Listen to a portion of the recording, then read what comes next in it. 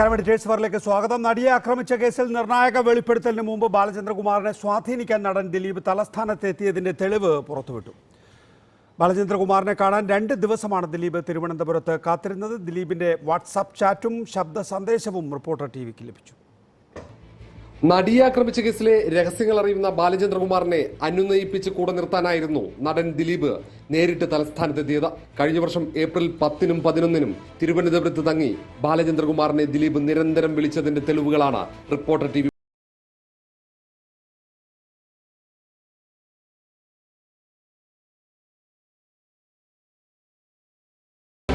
ബാലു പറഞ്ഞതിന്റെ ഗൗരവം മനസ്സിലാക്കി താൻ തിരുവനന്തപുരത്ത് എത്തിയിട്ടുണ്ടെന്നും കാണണമെന്നും അറിയിച്ച വാട്സാപ്പിൽ ദിലീപ് അയച്ച സന്ദേശമാണിത്.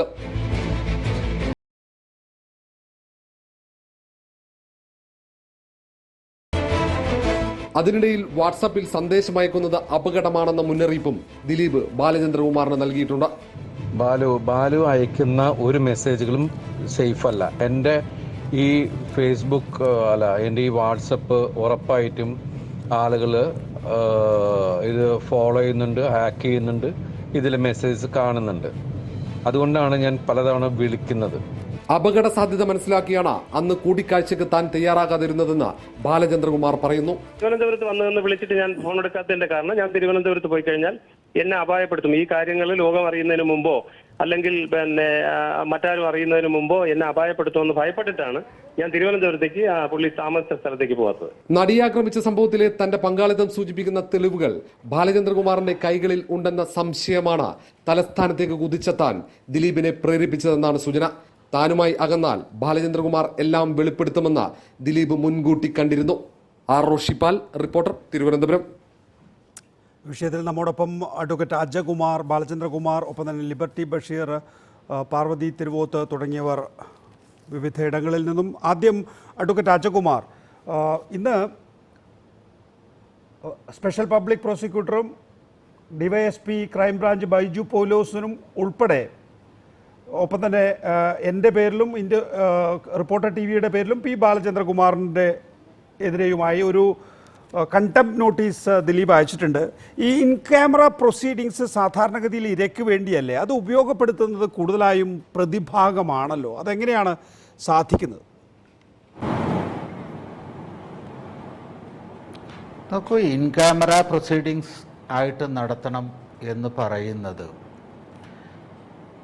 ഈ ഒരു പ്രാവശ്യം ഇത്തരത്തിലുള്ള ഒരു സെക്ഷൽ ഒഫൻസിന് വിധേയമായ വിക്ടിമിനെ നമ്മുടെ സമൂഹം പരിഹാസ്യത്തോടുകൂടി കാണുകയും അവരുടെ മൊഴികളിൽ നിന്ന് ആസ്വാദനം അനുഭവിക്കുകയും ചെയ്യുന്ന ഒരു ചീത്ത പ്രവണത നമ്മുടെ രാജ്യത്ത് നിലനിൽക്കുന്നു എന്ന് മനസ്സിലാക്കിയതിന് ശേഷം ആണ് വിക്ടിമിന് ഒരു പ്രൊട്ടക്ഷൻ കിട്ടുന്നതിന് വേണ്ടിയാണ് ഈ ഇത്തരത്തിലുള്ള സെക്ഷൽ ഒഫൻസസിനെ സംബന്ധിച്ചിടത്തോളം നമ്മുടെ ക്രിമിനൽ നടപടി നിയമത്തിൽ ഇൻ ക്യാമറയായി നടത്തണം എന്ന് ഇത് ചെയ്യുന്നത്. ഇൻ ക്യാമറയായി നടത്തുന്ന പ്രൊസീഡിങ്സിൻ്റെ ഭാഗങ്ങൾ പബ്ലിഷ് ചെയ്യാൻ പാടില്ല. അത് കോടതിയുടെ ഉത്തരവില്ലാതെ പബ്ലിഷ് ചെയ്താൽ നിയമവിരുദ്ധമാണ് എന്നുള്ളതാണ് വാസ്തവം. പക്ഷേ ഇവിടെ പ്രൊസീഡിങ്സ് പബ്ലിഷ് ചെയ്തിട്ടുണ്ടോ എന്നുള്ള കാര്യത്തിൽ ഒരു ഒരു ഒരു ഒരു ഒരു തെളിവെടുപ്പിൻ്റെ ആവശ്യമില്ല. കാരണം എന്ന് വെച്ചാൽ ഈ ഇൻ ക്യാമറ പ്രൊസീഡിങ്സിൽ നടന്നതായ ഒരു കാര്യങ്ങളും റിപ്പോർട്ടർ ടി വിയോ മറ്റ് ടി വികളോ അതേപടി റിപ്പോർട്ട് ചെയ്തിട്ടില്ല.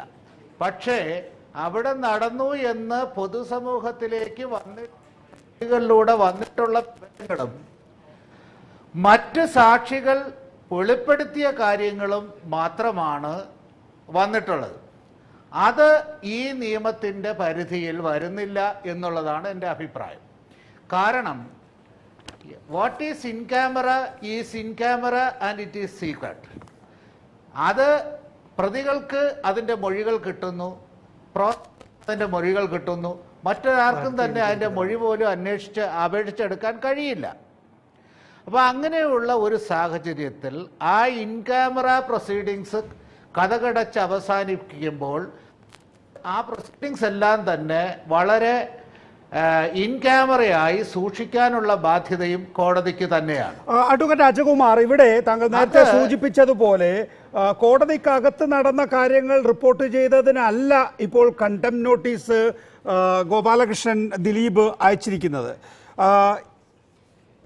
ഇൻവെസ്റ്റിഗേറ്റീവ് ഓഫീസറായ ബൈജു പൗലോസ് ഈ പി ബാലചന്ദ്രകുമാർ എന്നയാളെ വെച്ചൊരു നാടകമാടുകയാണ് എന്നും അതിന് കൂട്ടുനിൽക്കുകയാണ് റിപ്പോർട്ടർ ടെലിവിഷൻ എന്നു പറഞ്ഞാണ് ദിലീപിൻ്റെ ഈ നോട്ടീസ് വരുന്നത്. അതായത് കോടതിക്ക് പുറത്ത് ഈ പറയുന്ന പ്രൊസീഡിങ്സിൻ്റെ ഭാഗമാകാൻ ഒരാൾ തയ്യാറായി വരുമ്പോൾ അത് മാധ്യമങ്ങളിൽ വരുന്നത് തടയണം എന്നുള്ളതാണ് ഇപ്പോൾ ദിലീപിൻ്റെ ആവശ്യം.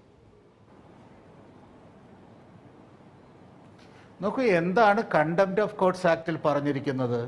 ക്രിമിനൽ കണ്ടംപ്റ്റ് വരുന്നത് ചില പ്രത്യേക സാഹചര്യങ്ങളിലാണ്. ഒരു വിധിയെ നിങ്ങൾ പൊതുജന മധ്യത്തിൽ നിന്ദിക്കുകയോ അത് ഈ ജുഡീഷ്യൽ സിസ്റ്റത്തിന് തന്നെ അപമാനകരമായ രീതിയിൽ അപഹസിക്കുകയോ അല്ലെങ്കിൽ ഒരു കോടതി ഉത്തരവിൻ്റെ ലംഘനമായി ഒരു പബ്ലിക്കേഷൻ നടത്തുകയോ ഒരു പ്രസ്താവന നടത്തുകയോ ഒരു പ്രവൃത്തി നടത്തുകയോ ഒക്കെ ചെയ്യുമ്പോൾ മാത്രമാണ് ഈ ക്രിമിനൽ കണ്ടംപ്റ്റ് എന്ന് പറയുന്ന അതിൻ്റെ പരിധിയിൽ ഇത് ഈ പറയുന്ന റിപ്പോർട്ടർ ടി വി പബ്ലിഷ് ചെയ്ത ഏത് ആക്റ്റാണ് വരുന്നത് എന്ന് ആ നോട്ടീസിൽ നിർബന്ധമായും കോട്ട് ചെയ്തിരിക്കണം. അത് ഒരു പ്രീറിക്വിസിറ്റാണ്. അപ്രകാരം ഏത് വകുപ്പ് ഏത് കാര്യമാണ് റിപ്പോർട്ടർ ചാനൽ കണ്ടംപ്റ്റിൻ്റെ ഭാഗമായി ചെയ്തത് എന്ന് താങ്കൾക്ക് അയച്ച നോട്ടീസ് എനിക്ക് കാണാത്തത് കൊണ്ട് പറയാൻ കഴിയില്ല. അതിൻ്റെ ഒരു ആകത്തുക ഇത്രയേ ഉള്ളൂ. ബൈജു പൗലോസ് ബാലചന്ദ്രകുമാറിനെ വാടകയ്ക്കെടുത്തു. ബാലചന്ദ്രകുമാറിന് തന്നോട് വ്യക്തിവിരോധമുണ്ട്. ബൈജു കെ പൗലോസ് പറഞ്ഞു കൊടുത്തത് മനഃപാഠം പഠിച്ച് പറയുകയാണ് ബാലചന്ദ്രൻ. ബൈജു കെ പൗലോസിൻ്റെ ആസൂത്രണത്തിൽ തയ്യാറാക്കിയ നാടകമാണ് ബാലചന്ദ്രൻ്റെ അഭിമുഖം. ഇൻ ക്യാമറ പ്രൊസീഡിങ്സ് ആയതിനാൽ എനിക്ക് ആരോപണങ്ങൾക്ക് മറുപടി പറയാനാകുന്നില്ല എന്നുള്ള. ശ്രീ ബാലചന്ദ്രകുമാർ, താങ്കൾക്ക് കിട്ടിയോ ഈ നോട്ടീസ്? ഒരു മിനിറ്റ് സാർ. ശ്രീ നികേഷ്, പറഞ്ഞോളൂ. പറഞ്ഞോളൂ. ഇത് ഇനി ഈ തെളിവ് ബാലചന്ദ്രകുമാർ പറഞ്ഞ തെളിവുകൾ കോടതിയിൽ വന്നാൽ അപ്പോഴെടുക്കാനുള്ള ഒരു അഡ്വാൻസ് ബെയിൽ, ഒരു അഡ്വാൻസ് ഡിഫൻസ് പ്ലീ എന്ന് മാത്രം കണക്കാക്കിയാൽ മതി. ശ്രീ ബാലചന്ദ്രകുമാർ, താങ്കൾക്ക് കിട്ടിയോ? ഇല്ല, എനിക്ക് ഒന്നും കിട്ടിയിട്ടില്ല. എനിക്ക് താങ്കളുടെ പേര് മൂന്നാമതായി ചേർത്തിട്ടുണ്ട് അതിൽ, അതുകൊണ്ട് വരും. ഓക്കെ, എനിക്ക് എന്തായാലും നോട്ടീസ് കിട്ടിയിട്ടില്ല. പേടി തോന്നുന്നുണ്ടോ ശ്രീ ബാലചന്ദ്രകുമാർ? വേണ്ടിയിരുന്നില്ല ഇതെല്ലാം എന്ന് തോന്നുന്നുണ്ടോ ഇപ്പോൾ? ഒരിക്കലുമില്ല. കുറച്ചുകൂടെ കൂടുതൽ വേണ്ടിയിരുന്നു എന്നുള്ളതാണ് എനിക്ക് പറയാനുള്ളത്. എനിക്ക് കോടതിയിൽ നിന്ന് 164 എടുക്കുന്നതിലേക്ക് വേണ്ടിയുള്ള നോട്ടീസ് കിട്ടിയിട്ടുണ്ട്. പിന്നെ സന്തോഷകരമായിട്ടൊന്ന് പറയട്ടെ, പാർവതി തിരുപ്പത്ത് ലൈനിലുണ്ടെന്ന് തോന്നുന്നു. അവരൊക്കെ പ്രതികരിക്കാൻ വേണ്ടി മുന്നിലോട്ട് വന്നതിൽ അതിയായ സന്തോഷമുണ്ട് എനിക്ക്. വേറൊന്ന് പറയേണ്ടത്, ഇപ്പോ എന്നെ ഒട്ടും പരിചയമില്ലെന്നൊക്കെയാണ് ആദ്യം ദിലീപ് പറഞ്ഞുകൊണ്ടിരുന്നത്. ഈ ബാലു എന്നുള്ള പേരിൽ അയച്ച വോയിസ് ക്ലിപ്പ് നാളെ വേണമെങ്കിൽ അദ്ദേഹം പറയും ഞാൻ SP ബാലസുബ്രഹ്മണ്യത്തിന് അയച്ചതാണ്, അല്ലാതെ ഈ ബാലുവിനല്ല എന്ന് വേണമെങ്കിൽ അദ്ദേഹം പറഞ്ഞോളൂ. അപ്പൊ അതിലെനിക്ക് വിഷമമൊന്നുമില്ല. മറ്റു കാര്യങ്ങൾ ഈ കണ്ടംപ്റ്റ് നോട്ടീസിൽ വന്നിരിക്കുന്ന പ്രധാനപ്പെട്ട കാര്യം ശ്രീ ബാലചന്ദ്രകുമാർ, ബൈജു കെ പൗലോസിന്റെ ആസൂത്രണത്തിൽ തയ്യാറാക്കിയ നാടകമാണ് ബാലചന്ദ്രന്റെ അഭിമുഖം എന്നുള്ളതാണ്. ഇത് ബൈജു കെ പൗലോസ് പറഞ്ഞു തന്നത് താങ്കൾ മനഃപാഠം പഠിച്ച് പറയുകയായിരുന്നു എന്നാണ്. അതൊരിക്കലുമില്ല. അത് അദ്ദേഹത്തിന് തന്നെ അറിയാം. ഇതൊക്കെ ഞാൻ അദ്ദേഹത്തിന്റെ ഇന്നലെയും ചോദിച്ചതാണ് താങ്കൾക്ക് ബൈജു കെ പൗലോസിനെ നേരത്തെ അറിയാമായിരുന്നോ എന്ന്. ഒരിക്കലുമില്ല. ഞാൻ ഈ പരാതി കൊടുത്തതിന് ശേഷം മാത്രം, ഞാൻ പരാതി മുഖ്യമന്ത്രിക്ക് കൊടുത്ത് 1 മാസവും കഴിഞ്ഞതിന് ശേഷമാണ് റിപ്പോർട്ടർ ചാനലിൽ ആദ്യമായിട്ട് ന്യൂസ് വരുന്നത്. അതിനുശേഷമാണ് ഈ ഉദ്യോഗസ്ഥനെ ഞാൻ കാണുന്നത് തന്നെ. അദ്ദേഹമായിട്ട് ജീവിതത്തിൽ ആദ്യമായിട്ട് സംസാരിക്കുന്നതിന് അതിന് ശേഷമാണ്. അല്ലാതെ അദ്ദേഹം പറഞ്ഞു തന്ന നാടകമൊന്നുമല്ല. എനിക്ക് നാടകം കളിക്കേണ്ട കാര്യവുമില്ല. ഞാൻ ചോദിക്കട്ടെ, അദ്ദേഹം ഈ ആഴ്ച വോയിസ് ക്ലിപ്പ് പോലും അതിന്റെ ഒരു ആകത്തുക ഒന്ന് പരിശോധിച്ച് നോക്കൂ. അദ്ദേഹം എന്നെ ഭയപ്പെട്ട് അങ്ങനെ പറയാനുള്ള കാരണം ഇങ്ങനെയാണ് പറയുന്നത്. 13ാമത്തെ പാരഗ്രാഫിൽ പറയുന്നുണ്ട്, it is most humbly submitted that any person who hears the conversation broadcasted would clearly understand. അതായത് ഞങ്ങൾ കൊടുത്ത അഭിമുഖത്തിൽ അത് കേൾക്കുന്നവർക്ക് കൃത്യമായി മനസ്സിലാകും ദാറ്റ് ദ തേർഡ് റെസ്പോണ്ടന്റ്, അതായത് താങ്കൾ, വാസ് ട്യൂട്ടേഡ് to the core by a person who has seen and understood the nature of evidence already recorded in this case. അതായത് ഇങ്ങനെ ഒരു കാര്യം താങ്കൾക്ക് വെളിപ്പെടുത്താൻ സാധാരണഗതിയിൽ കഴിയില്ല. കാരണം ഈ അന്വേഷണത്തിന് അന്വേഷണത്തിൻ്റെ ഭാഗമായി കോർട്ട് പ്രൊസീഡിങ്സ് എല്ലാം പൂർണ്ണമായി മനസ്സിലാക്കുന്നവർക്ക് ഇനി എന്താണ് പ്രോസിക്യൂഷൻ ആവശ്യം എന്ന് കൂട്ടിച്ചേർക്കുന്ന വിധത്തിലാണ് യഥാർത്ഥത്തിൽ താങ്കളുടെ ഇൻ്റർവ്യൂ. ഒരിക്കലുമില്ല. ഞാൻ അവിടെ കണ്ട കാര്യവും ഞാൻ കേട്ട കാര്യവും ഒക്കെ തന്നെയാണ് പറഞ്ഞിട്ടുള്ളത്. ഇതിനേക്കാൾ കൂടുതലും പറയാനുണ്ട്. കാരണം ഇവർ ആ വീഡിയോയെ കണ്ടിട്ട് കമന്റ് ചെയ്തത് എനിക്കിപ്പോഴും എന്റെ ചെയ്യലുണ്ട്, ഞാനത് കോടതിയിൽ പറയും. ഞാൻ നേരത്തെ തന്നെ ഒരിക്കൽ സൂചിപ്പിച്ചിരുന്നു, അത് ഏത് ആംഗിളിലാണ് സാർ. ഇവിടെ പുറത്ത് എത്ര പേർക്ക് അറിയാം സാർ ഈ വീഡിയോയ്ക്ക് എത്ര ലെങ്ത് ഉണ്ടെന്ന്? ആർക്കും അറിയില്ലല്ലോ. ആ വീഡിയോയ്ക്ക് എത്ര ലെങ്ത് ഇവർ കണ്ടു എന്നുള്ളത് എന്റെ പരാതിയിൽ ഞാൻ പറഞ്ഞിട്ടുണ്ട്. അപ്പൊ ഇതൊക്കെ അദ്ദേഹത്തിന് പറഞ്ഞതുപോലെ പ്രതിരോധിക്കാൻ വേണ്ടി എന്തെല്ലാം കാര്യങ്ങൾ പറയാം. അദ്ദേഹം എന്നെ ഭയപ്പെട്ടത് എന്തിനാണ്? എന്നെ ഭയപ്പെടുന്നത് ഇപ്പൊ ബൈജു കെ പൗലോസ് എന്നെ ബന്ധപ്പെട്ടിരുന്നുവെങ്കിൽ ഇദ്ദേഹം എന്തിനാ എന്നെ ഭയപ്പെടുന്നത്?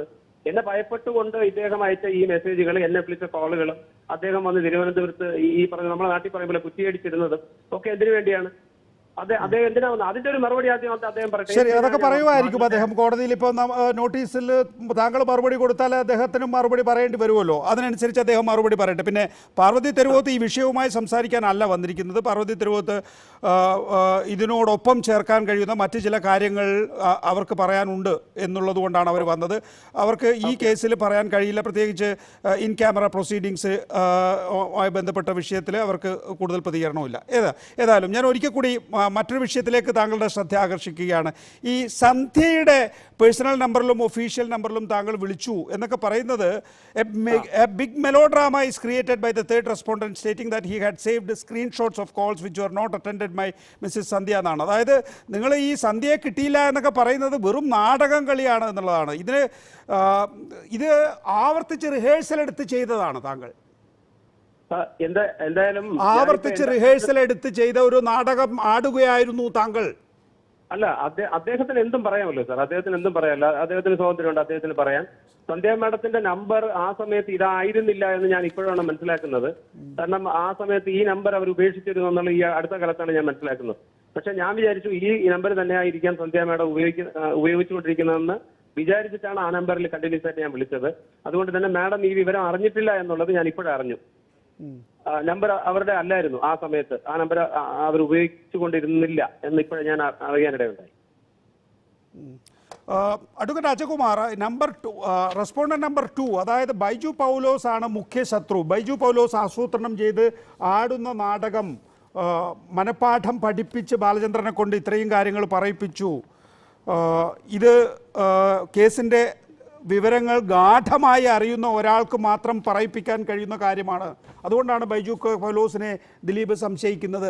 ബൈജു കെ പൗലോസിനെ ഈ അന്വേഷണത്തിൽ നിന്ന് മാറ്റി നിർത്തണം എന്നുപോലും ദിലീപ് നൽകിയ പരാതിയിൽ പറയുന്നുണ്ട്. അല്ല, ബൈജു കെ പൗലോസ് എന്ന് പറയുന്ന ഉദ്യോഗസ്ഥൻ ഈ കേസിൻ്റെ ഇൻവെസ്റ്റിഗേറ്റിംഗ് ഓഫീസറായിരുന്നു.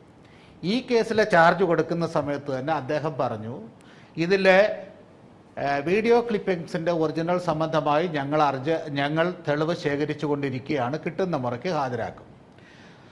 മാത്രവുമല്ല, ഇതിൻ്റെ അകത്ത് അനുബന്ധമായി ഈ കേസിനെ ബന്ധിപ്പിക്കുന്ന, പ്രതികളെ ബന്ധിപ്പിക്കുന്ന എന്തെങ്കിലും തെളിവുകൾ കിട്ടിയാലും അദ്ദേഹം അന്വേഷിക്കാൻ നിയമപരമായി ബാധ്യസ്ഥനാണ്. അപ്പോൾ അദ്ദേഹത്തിൻ്റെ അടുത്ത് ഇനി ബാലചന്ദ്രകുമാർ ചെന്ന് പറഞ്ഞു എന്ന് തന്നെ ഇരിക്കട്ടെ, എൻ്റെ കയ്യിൽ ഒരു അഡീഷണൽ എവിഡൻസ് ഉണ്ട്, നിങ്ങൾ അത് എടുക്കണം. അദ്ദേഹം എടുക്കാൻ ബാധ്യസ്ഥനാണ്. അദ്ദേഹം നിയമപരമായ ബാധ്യത മാത്രമേ ചെയ്യുന്നുള്ളൂ.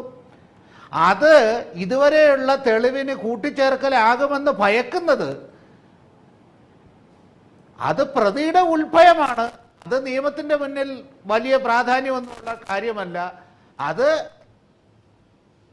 ഉന്നയിക്കുവാനുള്ള അവകാശം പ്രതിക്കുണ്ട്. അത് സ്വീകരിക്കണമോ വേണ്ടയോ എന്നുള്ളത് കോടതി. പക്ഷേ അഡ്വക്കേറ്റ് അജകുമാർ, ഈ 8ാം പ്രതി എൻ്റർടൈൻമെൻറ്റ് ബിസിനസ്സിൽ വളരെ പ്രധാനപ്പെട്ട ഒരു റോൾ വഹിക്കുന്ന ആളാണ്. നോക്കൂ, ഇൻ ക്യാമറ പ്രൊസീഡിങ്സ് ആണ് നടന്നുകൊണ്ടിരിക്കുന്നത്. ആ കാര്യങ്ങളെക്കുറിച്ച് ഈ പ്രതിക്ക് പുറത്തു വന്ന് ഈ പുതിയ ആരോപണങ്ങൾ, ബാലചന്ദ്രകുമാർ റിപ്പോർട്ടർ TV-യിലൂടെ ഉന്നയിച്ചിട്ടുള്ള ഈ ആരോപണങ്ങൾക്ക് മറുപടി പറയാനുള്ള ഒരു അവസരമില്ല എന്നുള്ളത് വളരെ പ്രധാനപ്പെട്ട ഒരു ഗ്രീവൻസ് അല്ലേ 8ാം പ്രതിയുടെ?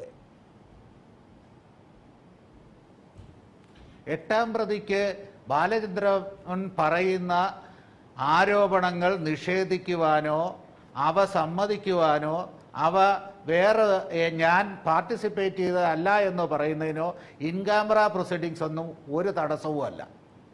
കാരണം ഒരു പ്രതിക്കെതിരെ ആരോപണം ഉന്നയിക്കുമ്പോൾ ഇല്ലെങ്കിൽ ഒരു തെളിവ് പുറത്തുവിടുമ്പോൾ ആ തെളിവിൽ പ്രതികരിക്കണമോ വേണ്ടയോ എന്ന് തീരുമാനിക്കേണ്ടത് ആ പ്രതിയാണ്. പ്രതിക്ക് ഒരു ഇന്ത്യയിലെ നിയമമനുസരിച്ച് അദ്ദേഹത്തിനെതിരെ പോലീസിന്റെ മുമ്പിൽ പോലും മൗനിയായിരിക്കുവാനുള്ള അവകാശമുണ്ട്. തെളിവുകളോട് കോടതിയിൽ മാത്രം മറുപടി പറയാനുള്ള ബാധ്യതയെ പ്രതികൾക്കുള്ളൂ.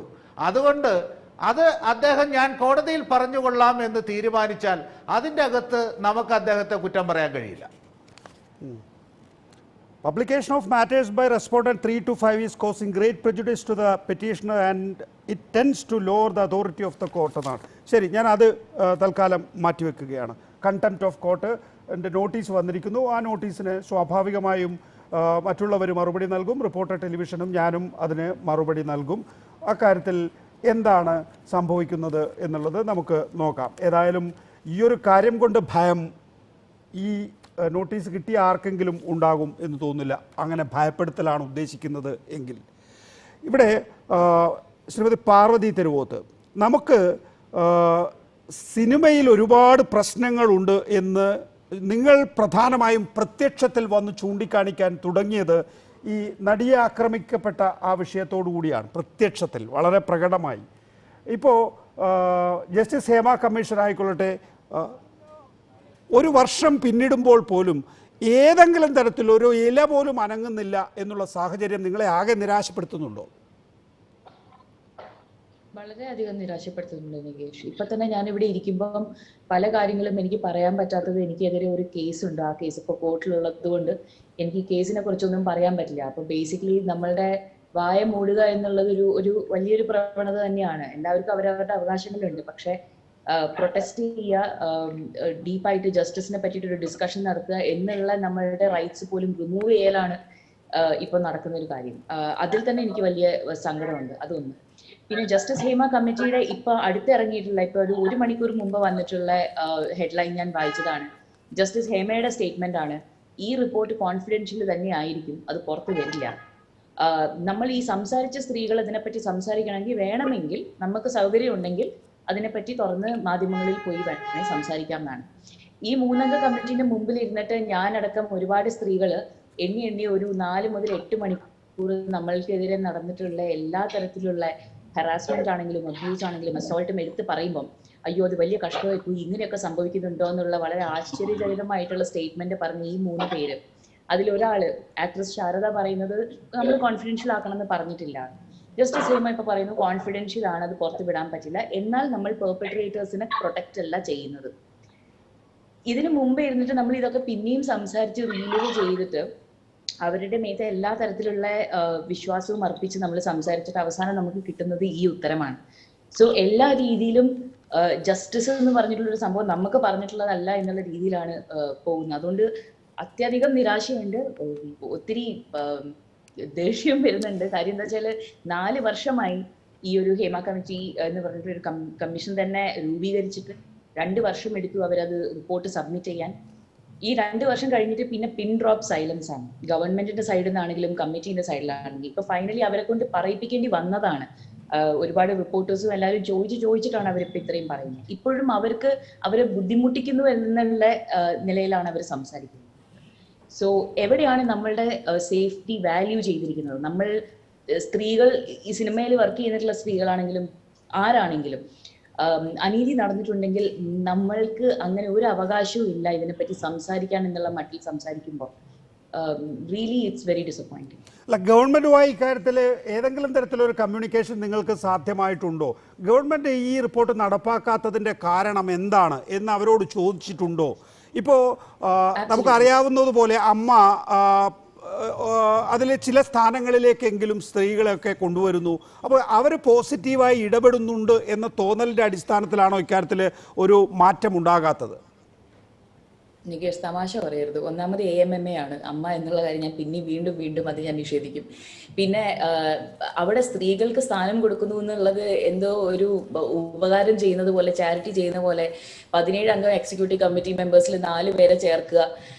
ആ 4 പേരാണെങ്കിൽ തന്നെ ദിൽ മേക്ക് ഷുവർ അതിലൊരു ഇലക്ഷനോ അതിലൊരു സപ്പോർട്ടോ അങ്ങനെ ഒരു സംഭവം ഉണ്ടാവരുത്. അവരുടെ ബൈലോസ് ഒരു രീതിയിലും അല്ല, പഞ്ചായത്ത് ഇലക്ഷനൊക്കെ പണ്ട് ഇങ്ങനെ കൈപൊക്കിയിട്ട് നമ്മൾ വോട്ട് പാസ്സാക്കുന്ന പ്രവണതയാണ് അവിടെ, അല്ലാതെ ഒരു പ്രോപ്പർ ഇലക്ടോറൽ സംഭവങ്ങളൊന്നും നടക്കുന്നില്ല. ഞാൻ അവിടെ ഉള്ള സമയത്ത് എന്തായാലും അങ്ങനെ നടന്നിട്ടില്ല.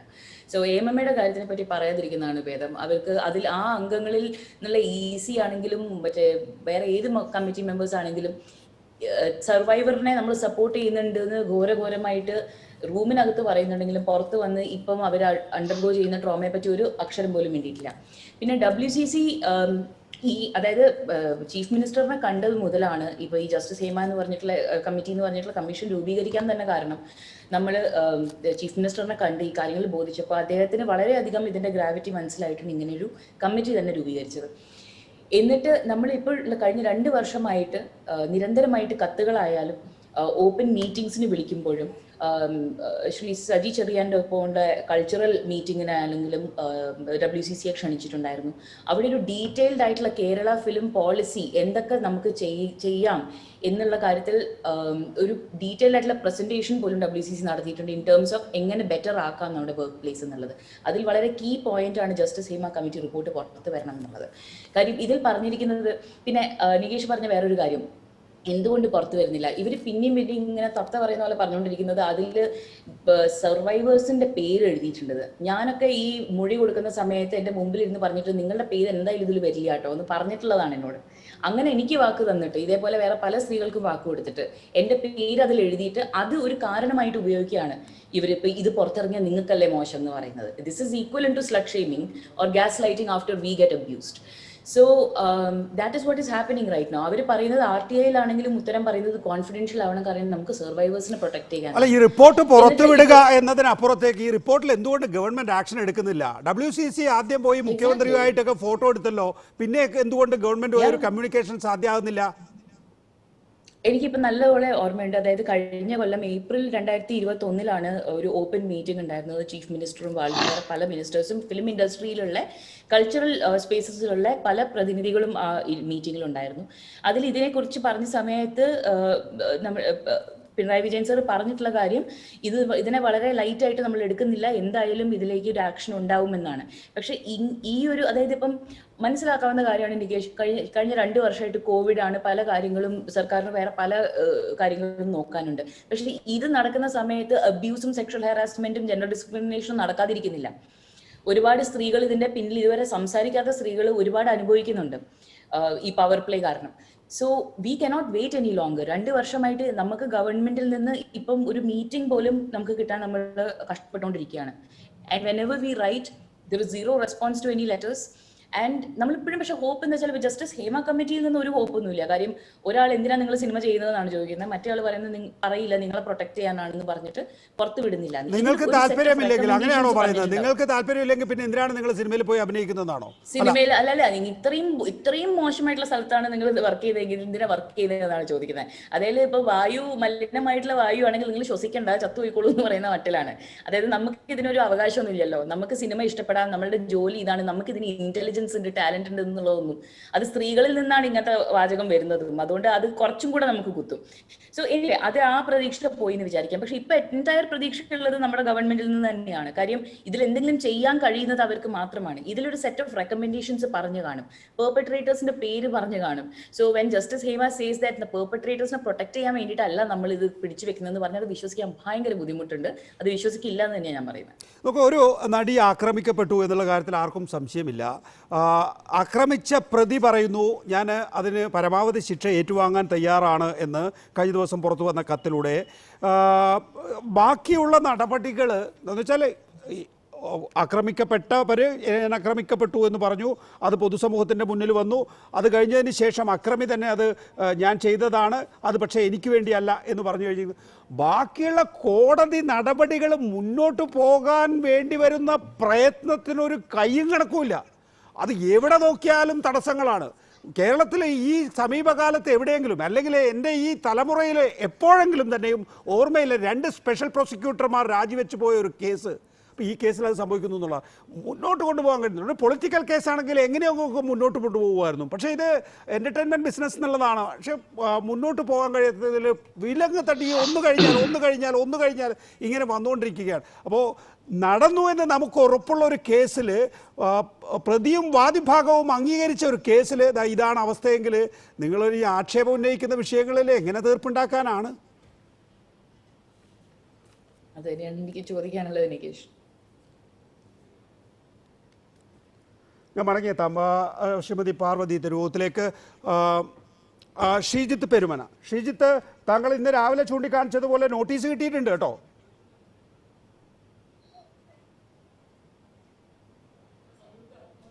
മ്യൂട്ടാണ് ശ്രീജിത്ത്. ഇപ്പൊ കേൾക്കാമോ? കേൾക്കാം. നിങ്ങൾ എന്നെ പറ്റി, കാരണം കഴിഞ്ഞ 2 ദിവസമായിട്ട് തുടർച്ചയായി നിങ്ങളുടെ ചാനൽ ഉണ്ട് എന്നുള്ളത് കൊണ്ടാണ് ഞാനിപ്പോ വന്നത്. കാരണം ഞാനൊരു യാത്രയിലാണ്. ഇവിടെ ഒരു ഹോട്ടലിന്റെ സെറ്റപ്പിന് ഞാൻ ജസ്റ്റ് ഒന്ന് കയറിയതാണ്. നിങ്ങളുടെ ബ്യൂറോന്ന് വിളിച്ചപ്പോ കാര്യം വേറൊന്നുമല്ല, എന്നെ പറ്റി ഈ പറഞ്ഞ പോലെ തന്നെ വിചാരണയാണല്ലോ മാധ്യമങ്ങളിൽ നടക്കുന്നത്. അപ്പൊ എന്നെ പറ്റിയും വിചാരണ ഉണ്ടോ എന്നുള്ള ഒരു ഭയത്താൽ തന്നെയാണ് ഞാൻ പെട്ടെന്ന് വന്നത്. പറയൂ, എനിക്ക് നോട്ടീസ് കിട്ടി. ആരുടെ നോട്ടീസാണ്? അല്ല, ദിലീപിന്റെ, പി ഗോപാലകൃഷ്ണന്റെ നോട്ടീസാണ്. ഗോപാലകൃഷ്ണന്റെ നോട്ടീസ് എന്തായാലും ഞാനല്ല അയച്ചത്. അദ്ദേഹത്തിന്റെ വക്കാലത്തും എന്റെ കയ്യിലില്ല. ഞാൻ നേരത്തെ ആവർത്തിച്ച് താങ്കളോട് പറയുന്ന ഒരു കാര്യവും അത് തന്നെയാണ്. ഞാൻ അയച്ച നോട്ടീസ് ഉണ്ട്. അത് എന്തിന്റെ ബേസിസിലാണെന്ന് ചോദിച്ചു കഴിഞ്ഞാൽ 2017 കൃത്യമായിട്ട് അന്നത്തെ റൂറൽ എസ് ആയിരുന്ന എ.വി. ജോർജിനോട് കേന്ദ്ര മനുഷ്യാവകാശ കമ്മീഷനും പ്രസ് കൗൺസിൽ ഓഫ് ഇന്ത്യ, അതായത് നികേഷ് ഉൾപ്പെടെയുള്ള മാധ്യമപ്രവർത്തകർ, നിങ്ങളൊരു വെണ്ടയ്ക്ക അക്ഷരത്തിൽ ഒരു സ്പോളിംഗ് വിടാറുണ്ട് ഇടയ്ക്ക്. ഈ ചാനലിനെ കുറിച്ച് എന്തെങ്കിലും പരാതി ഉണ്ടെങ്കിൽ ഉടൻ വിളിച്ചറിയിക്കുക. അത് പ്രസ് കൗൺസിൽ നിയമമാണ്. അപ്പൊ ആ നിയമത്തിലേക്ക് ഞാൻ അയച്ചു. അവരും അതിന്റെ പ്രൊസീഡിംഗ് സ്റ്റാർട്ട് ചെയ്തിട്ടുണ്ട്. പിന്നീട് ഞാൻ കാണുന്നത് ഇപ്പം നികേഷ് കുമാറിന്റെ ചാനലിലാണ് എന്താണ് ഭീകരമാം വിധം ഒരു വിചാരണ സൈമൾട്ടേനിയസ്ലി പാരലലി നികേഷിന്റെ ചാനലിൽ നടക്കുന്നു. ഒരു കാര്യം കൂടെ ഞാൻ പറയട്ടെ, ഇന്റർഫിയർ ചെയ്യരുത്. ഞാൻ വളരെ ഹോൾ ഹാർട്ടഡ്ലി ഞാൻ നികേഷ് കുമാറിനെ അപ്രീഷിയേറ്റ് ചെയ്യാം. വേറൊന്നും കൊണ്ടല്ല, ഈ കഴിഞ്ഞ 5 വർഷമായിട്ട് കേരള പോലീസിന് അല്ലെങ്കിൽ ഇത് അന്വേഷണ ഇൻവെസ്റ്റിഗേഷൻ ടീമിന് കണ്ടെത്താൻ സാധിച്ചതിനേക്കാൾ വലിയ എന്തോ ഒരു കാര്യം ശ്രീ MV നികേഷ് കുമാറിന്റെ നേതൃത്വത്തിലുള്ള റിപ്പോർട്ടർ TV കണ്ടെത്തിയിരിക്കുന്നു. അതിന്റെ അടിസ്ഥാനത്തിൽ ഈ കേസ് ഇപ്പൊ സുപ്രീം കോടതി വരെ എത്തിയിരിക്കുന്നു. സുപ്രീം കോടതി വരെ എന്ന് പറയുമ്പോൾ നേരത്തെ 2 തവണ കേന്ദ്ര സർക്കാരും പ്രോസിക്യൂഷനും സുപ്രീം കോടതിയെ സമീപിച്ചതാണ്. 3ഓ 4ഓ പ്രാവശ്യം ഇരയും കാര്യത്തിലേക്ക് വരും. അല്ല, ഞാൻ പറയുകയാണ്. ഞാൻ നികേഷ് ജിയെ അഭിനന്ദിക്കുന്നു. ഇത്തരത്തിലൊരു അന്വേഷണം ഇതാണ് ഏറ്റവും ക്രൂഷ്യൽ ആയിട്ടുള്ള ടൈം എന്നാണ് പറയുന്നത്. ഏത് സമയം? ഈ 16 ദിവസം ഈ പ്രിസൈഡിംഗ് ജഡ്ജ് ഈ കോടതി, ഈ സുപ്രീം കോടതിയുടെ മാൻഡേറ്റിനോടുകൂടെ കൊടുത്തിട്ടുള്ള ഒരു സമയം ആണ് ഏറ്റവും ക്രൂഷ്യൽ എന്ന് പറയുന്നു. അങ്ങനെയാണെങ്കിൽ ഞാൻ ഒരു ലൈവ് ഒരു മാധ്യമത്തിലൂടെ എന്റെ അല്ല, താങ്കൾ എന്നെ ഉന്നം വെച്ച് എന്തോ ഒരു വലിയ ആരോപണം പറയാൻ തുനിഞ്ഞതാണ്. അത് എവിടെയെങ്കിലും വെച്ച് അവസാനിപ്പിക്കല്ലേ? പറയേ, ഞാൻ അതിനകത്ത് എന്ത് കുറ്റാണ് ചെയ്തിട്ടുള്ളതെന്ന് പറയേ. താങ്കൾ ചെയ്ത കുറ്റം എന്ന് പറയുന്നത് ഇവിടെ താങ്കൾ ചെയ്ത കുറ്റം എന്നല്ല ഞാൻ പറയുന്നത്. ഇപ്പൊ ഒരു നോട്ടീസ് വന്നത് എന്റേതല്ല. എന്റെ നോട്ടീസിലുള്ള കുറ്റം എന്ന് പറയുന്നത് മിസ്റ്റർ നികേഷ് ഇതാണ്: സൈമൾട്ടേനിയസ്ലി പാരലലി ഒരു ജുഡീഷ്യൽ സബ് ജുഡീഷ്യൽ ആയിട്ടുള്ള മാറ്ററിൽ ജുഡീഷ്യൽ ക്രിമിനൽ നടപടികൾ പ്രകാരം ഒരു ഇൻ ക്യാമറ പ്രൊസീഡിംഗ്സ്, ഒരു രഹസ്യ വിചാരണ നടക്കുന്ന ഒരു ബലാത്സംഗ കേസിൽ താങ്കൾ അതിലെ ക്രൂഷ്യൽ വിറ്റ്നസ്സുകളെയും അതിന്റെ എവിഡൻസുകളെയും വളരെ പബ്ലിക്കായിട്ട് ഈ ഒരു മാധ്യമത്തിലൂടെ ഈ ഒരു ക്രൂഷ്യൽ ടൈമിൽ ഏതായാലും അഡ്വക്കേറ്റ് ശ്രീജിത്ത് പെരുമന, ഇങ്ങനെ ഒരു നോട്ടീസ് വന്നിട്ടുണ്ട്. അതിനകത്ത് കണ്ടംപ്റ്റ് ഉണ്ട് എന്നാണ് അവകാശപ്പെടുന്നത്. ദിലീപ് അതിനകത്ത് കണ്ടംപ്റ്റ് ഉണ്ട് എന്നാണ് അവകാശപ്പെടുന്നത്. എന്തായാലും സ്പെഷ്യൽ പബ്ലിക് പ്രോസിക്യൂട്ടർ മുതൽ MV നികേഷ് കുമാർ വരെയുള്ള 5 പേരെയാണ് റെസ്പോണ്ടന്റായി ചേർത്തിട്ടുള്ളത്. ഞങ്ങൾ അതിന് നോട്ടീസ് നൽകും. ഞാൻ എന്തായാലും എനിക്ക് എൻ്റെ കാര്യമല്ലേ പറയാൻ പറ്റുള്ളൂ. എനിക്കും എൻ്റെ കമ്പനിക്കും വേണ്ടി എനിക്ക് അതിനെ ഡിഫെൻഡ് ചെയ്യേണ്ടതുണ്ട്. അത് ഞങ്ങൾ ഡിഫെൻഡ് ചെയ്തോളാം. എന്നിട്ടും ഇന്ന് ഈ വിഷയം തന്നെ ചർച്ചയ്ക്കെടുക്കാനുള്ള കാര്യം, ഈ വിഷയവുമായി ഞങ്ങൾ മുന്നോട്ട് പോകും എന്നുള്ളത് കൊണ്ട് തന്നെയാണ് അഡ്വക്കേറ്റ് ശ്രീജിത്ത് പെരുമന വിചാരണയൊന്നുമല്ല. മാധ്യമ ധർമ്മം എന്ന് പറയുന്നത് വിചാരണയൊന്നുമല്ല. മാധ്യമങ്ങൾ നൽകുന്ന വാർത്തകൾ, ആ വാർത്തകളെ അധിഷ്ഠിതമാക്കിയിട്ടുള്ള ചർച്ചകൾ, ഇതൊക്കെ ചില പ്രയോഗങ്ങളിലൂടെ എവിടെയോ തളച്ചു കെട്ടാനുള്ള ശ്രമം നിങ്ങളൊക്കെ നടത്തുമ്പോൾ അതിനൊന്നും കൂട്ടുനിന്ന് തരാൻ ഞങ്ങൾക്കാവില്ലല്ലോ സർ. ഇതൊന്നും വിചാരണയല്ല. ഒരു ടെലിവിഷൻ മാധ്യമം സാധാരണഗതിയിൽ ഒരു വാർത്ത അത് കുറേയധികം ആളുകളെ ഉപയോഗപ്പെടുത്തി അതിൻ്റെ വ്യത്യസ്ത വശങ്ങൾ ഉൾപ്പെടുത്തിക്കൊണ്ട് നടത്തുന്ന ഒരു കാര്യമാണ് ഈ ചാനൽ ചർച്ച എന്ന് പറയുന്നത്. അതിന് താങ്കൾക്ക് പറയാനുള്ളത് പറയാം. നേരത്തെ അഡ്വക്കേറ്റ് അജകുമാർ സംസാരിച്ചു, അദ്ദേഹത്തിന് പറയാനുള്ളത് അദ്ദേഹത്തിന് പറയാം. അങ്ങനെയാണ് ഈ കാര്യം മുന്നോട്ട് പോകുന്നത്. അതിലൂടെ ജനങ്ങൾക്ക്, ഇത് കേൾക്കുന്ന ജനങ്ങൾക്ക് അവരുടേതായിട്ടുള്ളൊരു കാഴ്ചപ്പാടിലേക്ക് വരാം. ഇത് വിചാരണയൊന്നുമല്ല. ഇനി വിചാരണ എന്ന് പറഞ്ഞു പേടിപ്പിച്ചാലും അതിൽ ഞങ്ങൾക്കൊരു ഭയവും ഉണ്ടാകാൻ പോകുന്നില്ല. എനിക്ക് ചെറിയ സമയം തരൂ. ഞാൻ നികേഷ് കുമാറിനെ വിചാരണ കോടതി ലീഗൽ നോട്ടീസ് ഒന്നും എന്ന് പറഞ്ഞാൽ പേടിക്കുന്ന ഒരാളൊന്നും അല്ല നികേഷ് എന്ന് എനിക്ക് കൃത്യമായിട്ട് അറിയാം. കാരണം ഞാൻ നികേഷ് കുമാറിനെ പോലീസ് അറസ്റ്റ് ചെയ്ത് കൊണ്ടുപോകുന്ന കണ്ടിട്ടുണ്ട്. നികേഷ് കുമാറിനെ കേസുണ്ട് എന്ന് പറഞ്ഞിട്ട് മാധ്യമങ്ങളിൽ വെണ്ടക്ക വരുന്നത് ഞാൻ കണ്ടിട്ടുണ്ട്.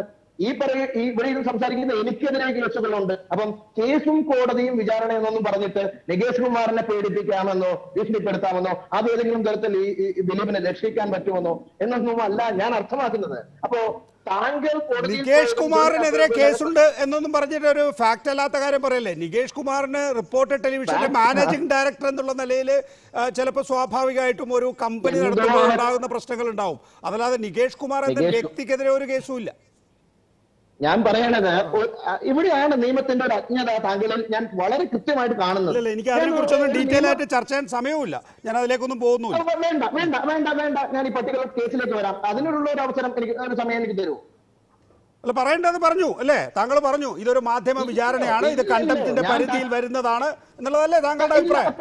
കണ്ടംപ്റ്റിന്റെ മാത്രമല്ല നികേഷ്, കണ്ടംപ്റ്റിന്റെ മാത്രം പരിധിയിലല്ല. ഞാനൊരു വളരെ ഇവിടെ ഒരു എന്നെക്കാൾ വലിയ അല്ല, അതാണ് നേരത്തെ അഡ്വക്കേറ്റ് അജകുമാർ പറഞ്ഞത്. ഈ ഇൻ ക്യാമറ പ്രൊസീഡിംഗ്സ് സാധാരണഗതിയിൽ ഇരയ്ക്ക് വേണ്ടിയിട്ടാണ്. ഇത് പ്രതിഭാഗം തുടർച്ചയായി ഇത് ഉപയോഗപ്പെടുത്തിക്കൊണ്ടിരിക്കുകയാണ്. ഇര അതാ പ്രോസിക്യൂഷന് നേതൃത്വം നൽകുന്ന സംസ്ഥാന സർക്കാരിന്റെ മുമ്പിൽ പോയി പറയുകയാണ്. രണ്ടാമത്തെ സ്പെഷ്യൽ പ്രോസിക്യൂട്ടർ പോലും രാജിവെക്കുന്ന നിർഭാഗ്യകരമായ സാഹചര്യം. എനിക്കെവിടെ നീതി? അവരെ വാവിട്ട് കരയുകയാണ്. നികേഷ്, എനിക്കൊരു അവസരം തരൂ, ഒരു സമയം തരൂ, ഞാനൊന്ന് പറയട്ടെ. താങ്കൾ ഇത്രയും സംസാരിക്കുന്നത് ഇത്രയും അതായത് ചിലപ്പോൾ ഇത് കാണുന്ന പ്രേക്ഷകർക്ക് തോന്നാം ഡോമിനേറ്റ് ചെയ്തിട്ട് നികേഷ് പറഞ്ഞതാണ് സത്യം എന്നുള്ളത്. അത് അല്ല യാഥാർത്ഥ്യം. നിയമപരമായിട്ടുള്ള യാഥാർത്ഥ്യം അതല്ല. കാരണം താങ്കൾ മനസ്സിലാക്കേണ്ടത് ഭരണഘടനയുടെ ഫണ്ടമെന്റൽ റൈറ്റ്സ് ഉള്ള, അതായത് മൗലികാവകാശങ്ങളുള്ള പാർട്ട് 3 പറഞ്ഞിരിക്കുന്ന കാര്യങ്ങളാണ്. ആർട്ടിക്കിൾ 21 പ്രകാരം, ഇന്നലെ ഹൈക്കോടതി പറഞ്ഞതും അതാണ്. ആർട്ടിക്കിൾ 21 പ്രകാരം right to life with dignity. അത് ആരാവട്ടെ, ഒരു റേപ്പിസ്റ്റ് ആവട്ടെ, ഒരു കൊലപാതകി ആവട്ടെ, ആരുമാകട്ടെ, അവർക്ക് during the trial, due process of the law, അതായത് ട്രയൽ എന്ന് പറയുന്ന ആ ഡ്യൂ പ്രോസസ്, ആ സമയത്ത് അതിനെ കൺവിക്ട് ചെയ്യാൻ വേണ്ടിയിട്ട്, അതിനെ പാരലായിട്ട് കൺവിക്ട് ചെയ്യാൻ വേണ്ടിയിട്ട് ആർക്കും അധികാരമില്ല. ഈ ആർട്ടിക്കിൾ 21 എന്ന് പറയുന്നതിന്റെ ആ പരമാധികാരത്തിന്റെ ഒരു പൗരനുള്ള ഇന്ത്യൻ ടെറിട്ടറിയിൽ, അത് ഇന്ത്യൻ പൗരൻ പോലും ആവേണ്ട എന്നുള്ളതാണ് നമ്മുടെ നിയമവ്യവസ്ഥ നിഷ്കർഷിക്കുന്നത്. കാരണം ഇന്ത്യൻ ടെറിട്ടറിയിൽ ആ സമയത്തുള്ള ഏതൊരു പൗരനും അവൈൽ ചെയ്യാൻ പറ്റുന്ന absolute right, absolute fundamental right എന്ന് ഞാൻ പറയും. ആയിക്കൊള്ളട്ടെ, അതിനൊന്നും ആർക്കാ തർക്കം? താങ്കൾക്കെതിരെ ആരെങ്കിലും കേസിന് പോയിട്ടുണ്ടെങ്കിൽ, ഞാൻ ഉൾപ്പെടെ ലീഗൽ നോട്ടീസ് അയച്ചിട്ടുണ്ടെങ്കിൽ, അതിന്റെ അർത്ഥം ആർട്ടിക്കിൾ 19(1)(a) എന്ന് പറയുന്ന താങ്കൾ ഫണ്ടമെന്റൽ റൈറ്റ്, അത് ആർട്ടിക്കിൾ 21 താഴെയേ ഉള്ളൂ. അതൊരു റെസ്ട്രിക്ഷന് കീഴിലാണ്, റീസണബിൾ റെസ്ട്രിക്ഷന് കീഴിലാണ്. അതുകൊണ്ട് തന്നെ ആ തർക്കമില്ലായ്മ ഉള്ളത് കൊണ്ട് തന്നെ താങ്കൾ അതല്ല ഞാൻ ആർക്ക് പറയുന്നത്. വേണ്ടിയാണോ ഇത് അതുകൊണ്ടാണ് വാദിക്കുന്നത് ഇതിന് അവർക്ക് എല്ലാ ഫണ്ടമെന്റൽ റൈറ്റും ഉണ്ട്. ആ ഫണ്ടമെന്റൽ റൈറ്റ് അവർക്ക് ഉപയോഗിക്കാം. അതാണ് നേരത്തെ അഡ്വക്കേറ്റ് രാജകുമാർ പറഞ്ഞത്. ഇപ്പോ ദിലീപിനെ സംബന്ധിച്ചിടത്തോളം ബാലചന്ദ്രകുമാർ പറഞ്ഞ കാര്യങ്ങൾക്കൊക്കെ അദ്ദേഹത്തിന് മറുപടി പറയുന്നതിന് ഇൻ ക്യാമറ പ്രൊസീഡിങ്സ് ഒരു തടസ്സമേ അല്ല എന്ന് ഇനിയും പിന്നെയും പറയണം എന്ന് പറഞ്ഞു കഴിഞ്ഞാൽ സമയം കുറവാണ്. നമുക്കിപ്പോൾ 1 മണിക്കൂറല്ലേ ആകെ ഉള്ളത്. ഇവിടെ ശ്രീ അഡ്വക്കേറ്റ് രാജകുമാർ, ഇന്നിപ്പോൾ പോലീസ് ഉദ്യോഗസ്ഥരുടെ യോഗം കൊച്ചിയിൽ ചേർന്നിരുന്നു എന്ന് താങ്കൾക്കറിയാമല്ലോ. ADGP ശ്രീജിത്ത് പുറത്തു വന്ന മാധ്യമങ്ങളോട് പറഞ്ഞിട്ടുള്ളത് എല്ലാ കാര്യങ്ങളും അന്വേഷിക്കും എന്ന് തന്നെയാണ്. ഇക്കാര്യത്തിൽ സ്വാഭാവികമായും ഇനിയിപ്പോൾ രഹസ്യമൊഴി എടുക്കാനുണ്ട്. ഇദ്ദേഹം ബാലചന്ദ്രകുമാർ നൽകിയിട്ടുള്ള തെളിവുകൾ അവർക്ക് ഒന്നുകൂടി വെരിഫൈ ചെയ്യാനുണ്ടാകും.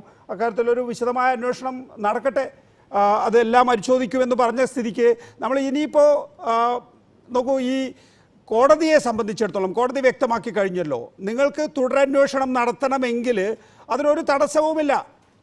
നമ്മൾ അത് അനുവദിക്കുന്നതാണ്, നിയമം അത് അനുവദിക്കുന്നതാണ് എന്ന്. അതിനനുസരിച്ചതായി ഇപ്പോൾ ഇൻവെസ്റ്റിഗേഷൻ ടീം ഒരു വിപുലീകരിക്കുകയുണ്ടായി ശ്രീജിത്തിനെ ഉൾപ്പെടുത്തി. അവരിന്ന് കൊച്ചിയിൽ യോഗം ചേർന്നു. എന്നിട്ട് ഏതൊക്കെയാണ് തെളിവുകൾ, എന്തൊക്കെയാണ് കാര്യങ്ങളെന്ന് ആലോചിക്കുക ചെയ്തു.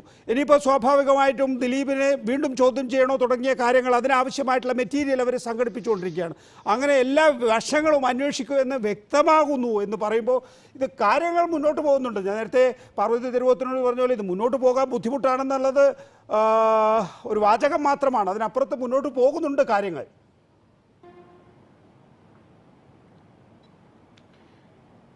പ്രിയപ്പെട്ട നികേഷ്, ഞാൻ നേരത്തെ സംസാരിച്ച അഡ്വക്കേറ്റ് പറഞ്ഞ കാര്യങ്ങൾ സശ്രദ്ധം കേട്ടുകൊണ്ടിരിക്കുകയായിരുന്നു.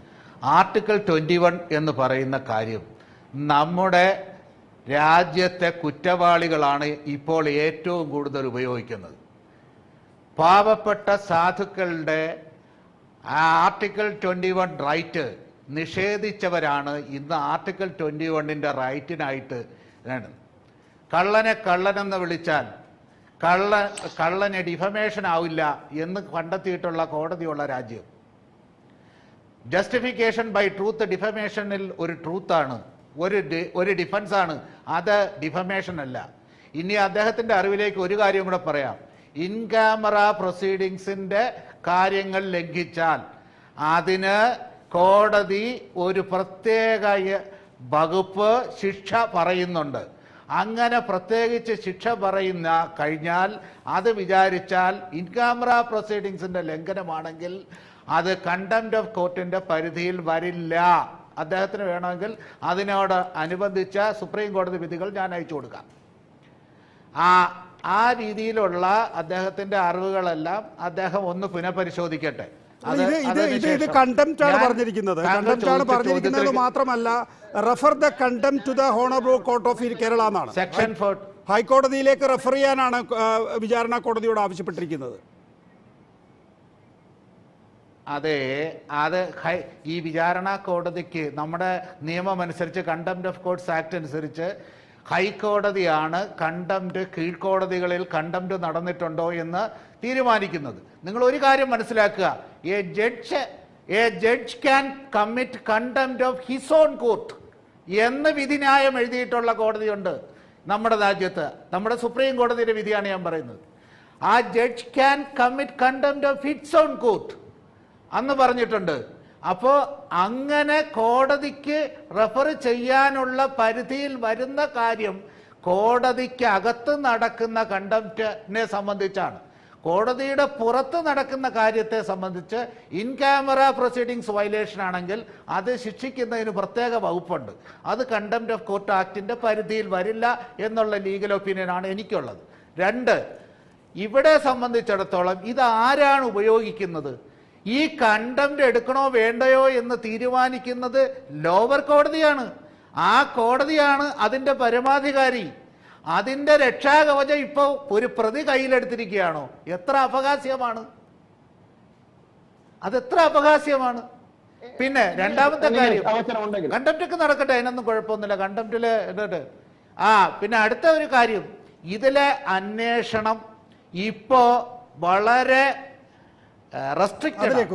ആ അന്വേഷണത്തിന് വിപുലമായ ടീമുണ്ടെങ്കിലും ഈ കോടതിയിലെ ഒരുപാട് നിബന്ധനകൾ, അതായത് സമയപരിധി, മറ്റ് കാര്യങ്ങൾ, മറ്റ് സാഹചര്യങ്ങൾ എന്നിവ കൊണ്ട് അവരുടെ ആ അന്വേഷണത്തിനുള്ള അവകാശം എത്രത്തോളം അത് അഫക്റ്റഡ് ആകും, അതിൽ എത്രത്തോളം വിജയകരമായി അവർക്ക് ചെയ്യാൻ കഴിയും എന്നുള്ള കാര്യത്തിൽ എനിക്ക് സംശയമുണ്ട്. അല്ല, അതാണ് അത് നേരത്തെ ഇനി ഞാൻ നമ്മൾ ചോദിച്ചത് സർ. കാണേണ്ട കാര്യം. അഡ്വക്കേറ്റ് അജകുമാർ, നേരത്തെ ശ്രീജിത്ത് പറഞ്ഞത് ഞങ്ങൾ എവിടെയെങ്കിലും റെസ്ട്രിക്റ്റഡ് അല്ല, എവിടെയെങ്കിലും കുടുങ്ങി കിടക്കുന്നില്ല, ഇന്ന കാര്യങ്ങൾ നോക്കണ്ട, ഇന്ന കാര്യങ്ങൾ നോക്കുന്നത്, ഞങ്ങൾ വിപുലമായ അന്വേഷണത്തിൽ തന്നെയാണ്. അപ്പോൾ കാര്യത്തിലൊരു എന്തായാലും അദ്ദേഹത്തിൻ്റെ വാക്കുകളിൽ നിന്ന് അങ്ങനെയാണ് റിഫ്ലക്ട് ചെയ്തത്. അല്ല, അദ്ദേഹം പറഞ്ഞ ഒരു വാക്കാണ് ഞാൻ ഉദ്ദേശിക്കുന്നത്. കോടതി നിബന്ധനകൾക്കനുസരിച്ച് മുന്നോട്ട് പോകും. അപ്പൊ കോടതി നിബന്ധനകൾക്കനുസരിച്ച് അദ്ദേഹത്തിന് പ്രവർത്തിക്കാൻ കഴിയും, അതിൽ തെറ്റൊന്നുമില്ല. പക്ഷേ അങ്ങനെയുള്ള സാഹചര്യങ്ങളിൽ എത്ര സ്വതന്ത്രമായ അന്വേഷണം നടക്കും എന്നുള്ളത് നമ്മൾ കാത്തിരുന്ന് കാണേണ്ടി വരും. അതിനകത്ത് എന്താ കോടതി നിബന്ധനകൾ എന്ന് പറയുമ്പോൾ അതെവിടെ ഒരു കുരുക്കായി താങ്കൾക്ക് തോന്നിയതിന്റെ കാര്യം എന്താണ്? കോടതിയുടെ നിബന്ധനകൾക്കനുസരിച്ചല്ലേ പോകുന്നത്. എന്താ കോടതിയുടെ നിബന്ധനകൾ? 20-ാം തീയതിക്കുള്ളിൽ അന്വേഷണം പൂർത്തിയാക്കണം, തുടരന്വേഷണം പൂർത്തിയാക്കണം എന്ന് പറയുന്നു. 20-ാം തീയതിക്കുള്ളിൽ പോയി പ്രോസിക്യൂഷൻ പറയാൻ പോകുന്നത് സാർ 20-ാം തീയതിക്കുള്ളിൽ ഞങ്ങൾക്ക് തീർക്കാൻ കഴിയില്ല എന്ന് മാത്രമല്ല, വിചാരണ നിർത്തിവെച്ചിട്ടാണ് സാധാരണഗതിയിൽ തുടരന്വേഷണം നടത്താറുള്ളത്. അതുകൊണ്ട് വിചാരണ നിർത്തിവെക്കണം എന്നല്ലേ സാധാരണഗതിയിൽ പ്രോസിക്യൂഷന് പറയാൻ കഴിയൂ. അപ്പൊ 20-ാം തീയതി വരെ മാത്രമാണ് 20-ാം തീയതി അതിനെ സംബന്ധിച്ച് 20-ാം തീയതി വരെ നമ്മൾ ആ കാര്യം വിചാരണ നിർത്തിവെച്ചിട്ടുണ്ട്. അല്ല, 20-ാം തീയതിക്ക് ശേഷമേ അതിന്റെ അടുത്ത നടപടി കോടതിയിൽ നിന്ന് എന്തുണ്ടാകുന്നു എന്ന് നമുക്ക് അറിയാൻ കഴിയുള്ളൂ. മാത്രവുമല്ല, ഈ സമയപരിധി നീട്ടി കിട്ടാനായിട്ട് സുപ്രീം ലിബർട്ടിക്ക് എന്തോ പറയാൻ നികേഷ് 20-ാം തീയതി റെഡ് ലൈൻ കോടതി പറഞ്ഞു. ഞാൻ അവിടുത്തെ കോടതി തുടർന്ന് 20-ാം തീയതിക്കുള്ളിൽ ഇവരുടെ റിപ്പോർട്ട് ഇപ്പൊ പെട്ടെന്ന് കിട്ടിയ ഒരു ഇൻഫർമേഷൻ ആണ് ഇവർ കിട്ടിയ ഈ ബാലേന്ദ്രന്റെ. അപ്പൊ 20-ാം തീയതി ഇവർ താൽക്കാലിക റിപ്പോർട്ട് കൊടുത്താൽ ഇനി കോടതി നടപടി നീട്ടണോ എന്ന തീരുമാനം അന്ന്. ശരി, അത് നമ്മൾ തർക്കിച്ച് തീർക്കണ്ട. അതിനകത്ത് ഇപ്പൊ എന്താണ് കോടതി തീരുമാനിക്കാൻ പോകുന്നത് നമുക്ക് 20-ാം തീയതി അറിയാം. എന്തായാലും അടുത്ത സിറ്റിംഗ് 20-ാം തീയതി എന്ന് മാത്രമേ കോടതി ഉദ്ദേശിച്ചിട്ടുള്ളൂ എന്നല്ലേ? ശരി, ആയിക്കൊള്ളട്ടെ. പക്ഷേ കോടതി നിബന്ധനകൾ എന്ന് പറയുമ്പോൾ ആ കോടതി നിബന്ധനകൾ 20-ാം തീയതിക്കുള്ളിൽ അന്വേഷണം തീർക്കണം എന്ന് പറയുന്ന നിബന്ധനകളല്ലേ ശ്രീജിത്ത് ഉദ്ദേശിച്ചിട്ടുള്ളൂ? അതോ കോടതി ഇത് അന്വേഷിക്കൊന്നും വേണ്ട, ഒന്ന് നോക്കി വിട്ടാൽ മതി എന്ന് ശ്രീജിത്ത് വിചാരിക്കുന്നുണ്ടെന്ന് കരുതുന്നുണ്ടോ? അല്ല, ഞാൻ നേരത്തെ പറഞ്ഞല്ലോ നികേഷ്, അതായത് കൃത്യമായിട്ട് കോടതി പറയുന്നുണ്ട് ഏതെങ്കിലും തരത്തിൽ ഫർദർ ഇൻവെസ്റ്റിഗേഷൻ. മീഡിയ പലപ്പോഴും അത് ട്വിസ്റ്റ് ചെയ്യുന്നുണ്ട്, പലപ്പോഴും നികേഷിയുടെയും ഒക്കെ ഭാഗത്ത് കേട്ടിട്ടുണ്ട് എന്നുള്ളത് കൊണ്ടാണ്. അതായത് പുനരന്വേഷണവും ഫർദർ ഇൻവെസ്റ്റിഗേഷൻ, തുടരന്വേഷണവും രണ്ടും രണ്ടാണ്. രണ്ടിനും രണ്ട് തരത്തിലുള്ള നിയമവ്യവസ്ഥകളാണ് നമ്മുടെ ക്രിമിനൽ നടപടി ക്രമങ്ങൾ പറയുന്നത്. അതുകൊണ്ട് ഞാൻ പറയട്ടെ, ഈ തുടരന്വേഷണം എന്ന് പറയുന്നതിന് ഏതെങ്കിലും ഒരു നിയമം ഇന്ത്യ രാജ്യത്ത് നിലവിലുള്ളത് ഏതെങ്കിലും രീതിയിൽ പെർമിഷൻ ആ ഒരു കോടതിയിൽ നിന്ന് മേടിക്കണമെന്ന് പറയുന്നില്ല. പക്ഷേ ഇവിടെ ഈ പെർട്ടിക്കുലർ കേസില് ആ ഒരു ജഡ്ജ് എന്തുകൊണ്ട് ഇത്തരത്തിൽ 20-ാം തീയതിയിൽ അത് തീർക്കണമെന്ന് പറയാൻ നിർബന്ധിതമായി എന്ന് ചോദിച്ചാൽ, കൃത്യമായിട്ട് സുപ്രീം കോടതിയുടെ ഒരു ഡെഡ് ലൈൻ ഉണ്ട്. അതായത് കൃത്യമായിട്ട് പ്രേക്ഷകർ അറിയേണ്ട ഒരു കാര്യം, ഏറ്റവും ആദ്യം ജസ്റ്റിസ് കൺവിൽക്കാറും ജഡ്ജ് എനിക്ക് അറിയില്ല, എനിക്ക് ഓർമ്മയിൽ കിട്ടുന്നില്ല, അവരുടെ ഒരു ജഡ്ജ്മെന്റ്, അതായത് ഫെബ്രുവരിയിൽ കഴിഞ്ഞ 21 ഫെബ്രുവരിയിൽ തീർക്കണം എന്ന് പറഞ്ഞൊരു കേസിൽ അവർ പറയുന്നത് എ ലാസ്റ്റ് ചാൻസ് എന്നാണ്, ഒരു അവസാനത്തെ അവസരം. ഒരു സുപ്രീം കോടതി, രാജ്യത്തെ പരമോന്നത കോടതി ഒരു ട്രയൽ കോടതിയോട് ഡയറക്റ്റ് ചെയ്യാണ് എ ലാസ്റ്റ് ചാൻസ്. അങ്ങനെയാണ് ആ ജഡ്ജ്മെന്റ് ഉള്ളത്. അപ്പോ അതും നമ്മൾ കോവിഡിന്റെ ഒരു കാര്യം പറഞ്ഞിട്ട് നമ്മൾ നീട്ടുകയുണ്ടായി. ആ നീട്ടിയ ഒരു അവസരത്തിൽ ഈ പ്രിസൈഡിംഗ് ജഡ്ജിന് മറ്റെന്തെങ്കിലും ഒരു വ്യക്തിപരമായിട്ടുള്ള തീരുമാനമെടുക്കാനുള്ളതോ ഒരു അവസരമില്ല. അതുകൊണ്ട് അവർ പറഞ്ഞു, the investigation, the further investigation is the exclusive prerogative of the investigating officer. I am directing to the investigating officer to complete the investigation on before 16th February 2021. അതാണ് ഉത്തരവിൽ പറയുന്നത്. അതുകൊണ്ട് ഇവിടെ എനിക്ക് തോന്നുന്നു ഒരുപക്ഷെ അതാണ് ഞാൻ നേരത്തെ പറഞ്ഞത്, ഒരുപക്ഷെ മറ്റാരെങ്കിലും ഏൽപ്പിക്കുകയായിരുന്നെങ്കിൽ ഈ കേസിൽ കൃത്യമായിട്ടുള്ള എല്ലാ തെളിവുകളും ഈ ഒരു ഘട്ടത്തിൽ കൊണ്ടുവന്നിട്ട് ഈ ഇൻ ക്യാമറ പ്രൊസീഡിങ്സിനെ കുറിച്ച് പറഞ്ഞതുപോലെ തന്നെയാണ് ഈ സമയക്ലിപ്തത. ഇൻ ക്യാമറ പ്രൊസീഡിങ്സ് ഒരു മാനഭംഗ കേസിൽ ഇരയുടെ അവകാശം എന്നുള്ള നിലയിൽ അനുവദിച്ചു കൊടുത്തതാണ് എന്നതുപോലെ തന്നെയാണ് ഈ കാലാവധിയും. ഇരയ്ക്ക് നീതി കിട്ടാനുള്ള കാലാവധിയാണ് ഫെബ്രുവരി 16 എന്നുള്ളത്. അതല്ലാതെ എക്സാക്ട്ലി അപ്പോ ഇരയ്ക്ക് നീതി കിട്ടാൻ കൂടുതൽ അന്വേഷണം വേണമെങ്കിൽ അത് നീട്ടിക്കൊടുക്കും, അത്രേ ഉള്ളൂ. അല്ല, ഞാൻ അതുകൊണ്ടാണ് ഞാൻ പറയുന്നത്, പരമാവധി നഗേഷ് ജിയുടെ റിപ്പോർട്ടറിന്റെ കയ്യിലുള്ള പരമാവധി എവിഡൻസുകൾ, തെളിവുകളെല്ലാം ഇൻവെസ്റ്റിഗേഷൻ ഓഫീസർമാർക്ക് നൽകുക. ഇനി ഞാൻ ഒരു അഭ്യർത്ഥന ഈ കേരള പൊതുസമൂഹത്തോട് വെക്കുകയാണ്. ദിലീപ് കേസുമായിട്ട് ബന്ധപ്പെട്ടിട്ടുള്ള എന്തെങ്കിലും തെളിവുകൾ, ഈ ഇരയെ ആക്രമിച്ചതുമായി ബന്ധപ്പെട്ടിട്ടുള്ള എന്തെങ്കിലും തെളിവുകൾ ഈ ഇന്ത്യ മഹാരാജ്യത്ത് ആർക്കെങ്കിലും അറിയുമെങ്കിൽ അവരെ നേരിൽ എന്റെ ചെലവിൽ പോയി കണ്ടിട്ട് അവർക്ക് ഫ്രീ ലീഗൽ അഡ്വൈസ് കൊടുത്തിട്ട് അവരുടെ എല്ലാവിധ പ്രൊട്ടക്ഷനും കൊടുത്തിട്ട് കോടതിയിൽ കൊണ്ടുവന്നിട്ട് അത് ഡിപ്പോസ് ചെയ്യിപ്പിച്ചിട്ട് അതവിടെ അനുബന്ധ അല്ലെങ്കിൽ സപ്ലിമെന്ററി കുറ്റപത്രത്തിൽ കൊണ്ടുവന്നിട്ട് കൊടുക്കാനുള്ള എല്ലാ സാഹചര്യങ്ങളും നമ്മൾ ഒരുക്കും. പക്ഷേ ഇതിനിടയിൽ ഇൻ ദ മീൻ ടൈം ഒരു പബ്ലിക് വിചാരണ, ഒരു പൊതുവിചാരണ അത് അനുവദിക്കില്ല. അത് നമ്മൾ എന്ത് ചെയ്യും? ആ ഒരു ഘട്ടത്തിൽ 8ാം പ്രതിയുടെയും 1ാം പ്രതിയുടെയും ഉൾപ്പെടെയുള്ള അവരുടെ ഒരു right to life with dignity supreme കോടതി പറഞ്ഞത്. ശരി, താങ്കളുടെ നിലപാട് എനിക്ക് വ്യക്തമായി. അത് തന്നെയാണല്ലോ തുടർച്ചയായി പറയുന്നത്. ശ്രീ ബാലചന്ദ്രകുമാർ, ബുധനാഴ്ചയാണ് താങ്കളുടെ 164 അല്ലേ? ഒന്നുകൂടി 164 നോട്ടീസ് കിട്ടിയോ ഇല്ലയോ? നോട്ടീസ് കിട്ടി. ഇന്ന് നോട്ടീസ് കിട്ടി. ഇന്ന് കിട്ടിയോ? അതെ കിട്ടി. എന്താ നോട്ടീസിൽ പറയുന്നത്? അല്ല, 12ാം തീയതി ഉച്ചയോടുകൂടി ഉച്ചയ്ക്ക് 1:30 കോടതിയിൽ ഹാജരാകണം എന്ന് പറഞ്ഞിട്ടുണ്ട് 164 എടുക്കുന്നതിലേക്ക് വേണ്ടി. ഏത് കോടതിയിൽ? എറണാകുളം ജുഡീഷ്യൽ മജിസ്ട്രേറ്റ് കോടതി? അതെ, എറണാകുളം CJM കോടതി. ഇന്നിപ്പോ പോലീസ് ഉദ്യോഗസ്ഥന്മാരുടെ യോഗം കൊച്ചിയിൽ ഉണ്ടായിരുന്നു, നിങ്ങൾ ബന്ധപ്പെട്ടിരുന്നോ? ഇല്ല, പോലീസ് ഉദ്യോഗസ്ഥന്മാർ പിന്നെ ബന്ധപ്പെട്ടിട്ടില്ല. എന്റെ പോലീസ് പ്രൊട്ടക്ഷന് വേണ്ടിയുള്ള അപേക്ഷ കൊടുക്കുന്നതിലേക്ക് വേണ്ടി കൊച്ചിയിൽ നിന്ന് വിളിച്ച് പറഞ്ഞിരുന്നു. അത് ഞാൻ നാളെ രാവിലെ കൊടുക്കുന്നത്. അങ്ങനെ ഒരു അപേക്ഷ വേണമെന്ന് പോലീസ് ഇങ്ങോട്ട് ആവശ്യപ്പെട്ടോ? അതെ, അതിന്റെ ഡീറ്റെയിൽസ് ചോദിച്ചു. എന്തെങ്കിലും ത്രെട്ട് വന്നിട്ടുണ്ടോ, ആരെങ്കിലും വിളിച്ച് എന്തെങ്കിലും ഫോണിൽ പറഞ്ഞിട്ടുണ്ടോ? അപ്പൊ അങ്ങനെ 1-2 ഫോൺ കോളുകൾ വന്നതൊക്കെ ഞാൻ കൊച്ചിയിൽ വിളിച്ച് പറഞ്ഞു. ADGP എസ് ശ്രീജിത്ത് നേതൃത്വത്തിൽ വന്നതിന് ശേഷം ബന്ധപ്പെട്ടിട്ടില്ല? ഇല്ല, ബന്ധപ്പെട്ടിട്ടില്ല. അദ്ദേഹം നേതൃത്വത്തിൽ വന്നതിന് ശേഷം തന്നെയാണ് ഇന്നലെ കൊച്ചിയിൽ നിന്ന് മറ്റൊരു ഇൻസ്പെക്ടറാണ് വിളിച്ചിരുന്നത്. അപ്പൊ അദ്ദേഹം കൂടുതൽ വിവരങ്ങൾ ചോദിച്ചറിഞ്ഞു. ത്രെട്ട് എന്തെങ്കിലും ഉണ്ടായിട്ടുണ്ടോ എന്നുള്ളതായിരുന്നു ആ കാര്യം മാത്രം വിളിച്ച് ചോദിച്ചറിഞ്ഞു. ത്രെട്ട് ഉണ്ടെന്നല്ലേ താങ്കളുടെ വാദം? അതെ.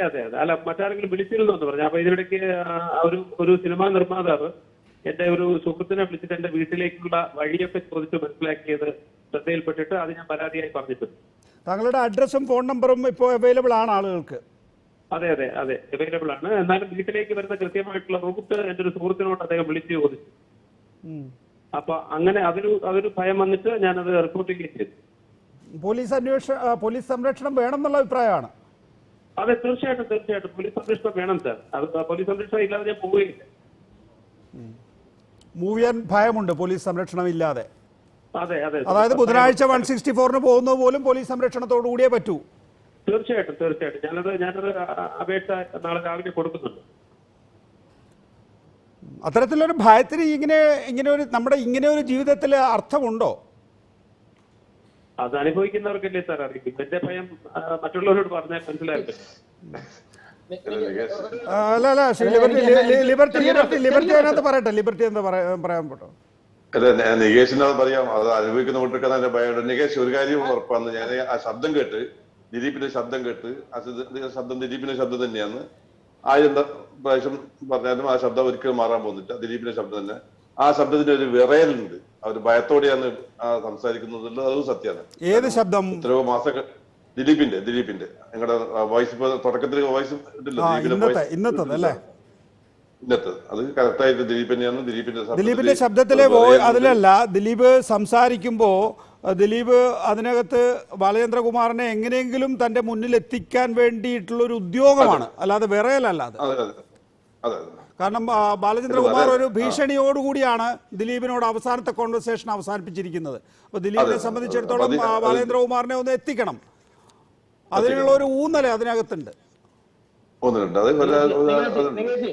പറഞ്ഞോളൂ ശ്രീജിത്ത്. ഞാൻ പറഞ്ഞത് ഇപ്പൊ ബാലചന്ദ്രജി പറഞ്ഞ പോലെ അദ്ദേഹത്തിന് എവിടെയെങ്കിലും പോവാൻ അല്ലെങ്കിൽ ഇത്തരത്തിൽ ഈ പറയുന്ന തെളിവുകളെല്ലാം കൊടുക്കാൻ നാളെ പോലീസിന്റെ ഒരു പ്രൊട്ടക്ഷൻ ഇല്ലാതെ പറ്റില്ല എന്നൊക്കെ പറയുന്നു. ഞാന് പബ്ലിക്കായിട്ട് പറയണു, അദ്ദേഹത്തിന് എല്ലാവിധ പ്രൊട്ടക്ഷനും ലീഗൽ, അതായത് പിന്നെ ബഹുമാനപ്പെട്ട ഹൈക്കോടതിയുടെ മുമ്പിൽ തന്നെ എന്റെ ഓഫീസുണ്ട്. അപ്പോ എല്ലാവിധ സഹായങ്ങളും അപ്പൊ അദ്ദേഹത്തെ ഞാൻ നേരിട്ട് പോയി കാണണം, അങ്ങനെ ഒരു സാധനം ഞാൻ പോവാം.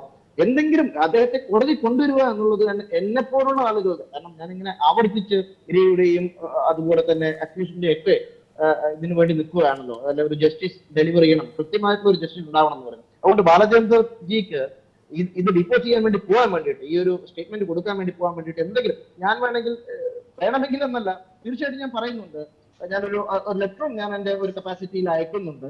തീർച്ചയായിട്ടും അദ്ദേഹത്തിനുള്ള മുഴുവൻ പ്രൊട്ടക്ഷനും കൊടുക്കണം. അദ്ദേഹത്തിന്റെ കൈവശമുള്ള എല്ലാ എവിഡൻസുകളും എടുക്കണം. അദ്ദേഹത്തിന് കൃത്യമായി കോടതിയിൽ പോയിട്ട് ഇത് പറയാനുള്ള ഒരു അവസരം ഉണ്ടാവണം. ആദ്യം ഈ ദിലീപ് വാദികൾ ആദ്യം ബാലചന്ദ്രകുമാറിന്റെ ഒരു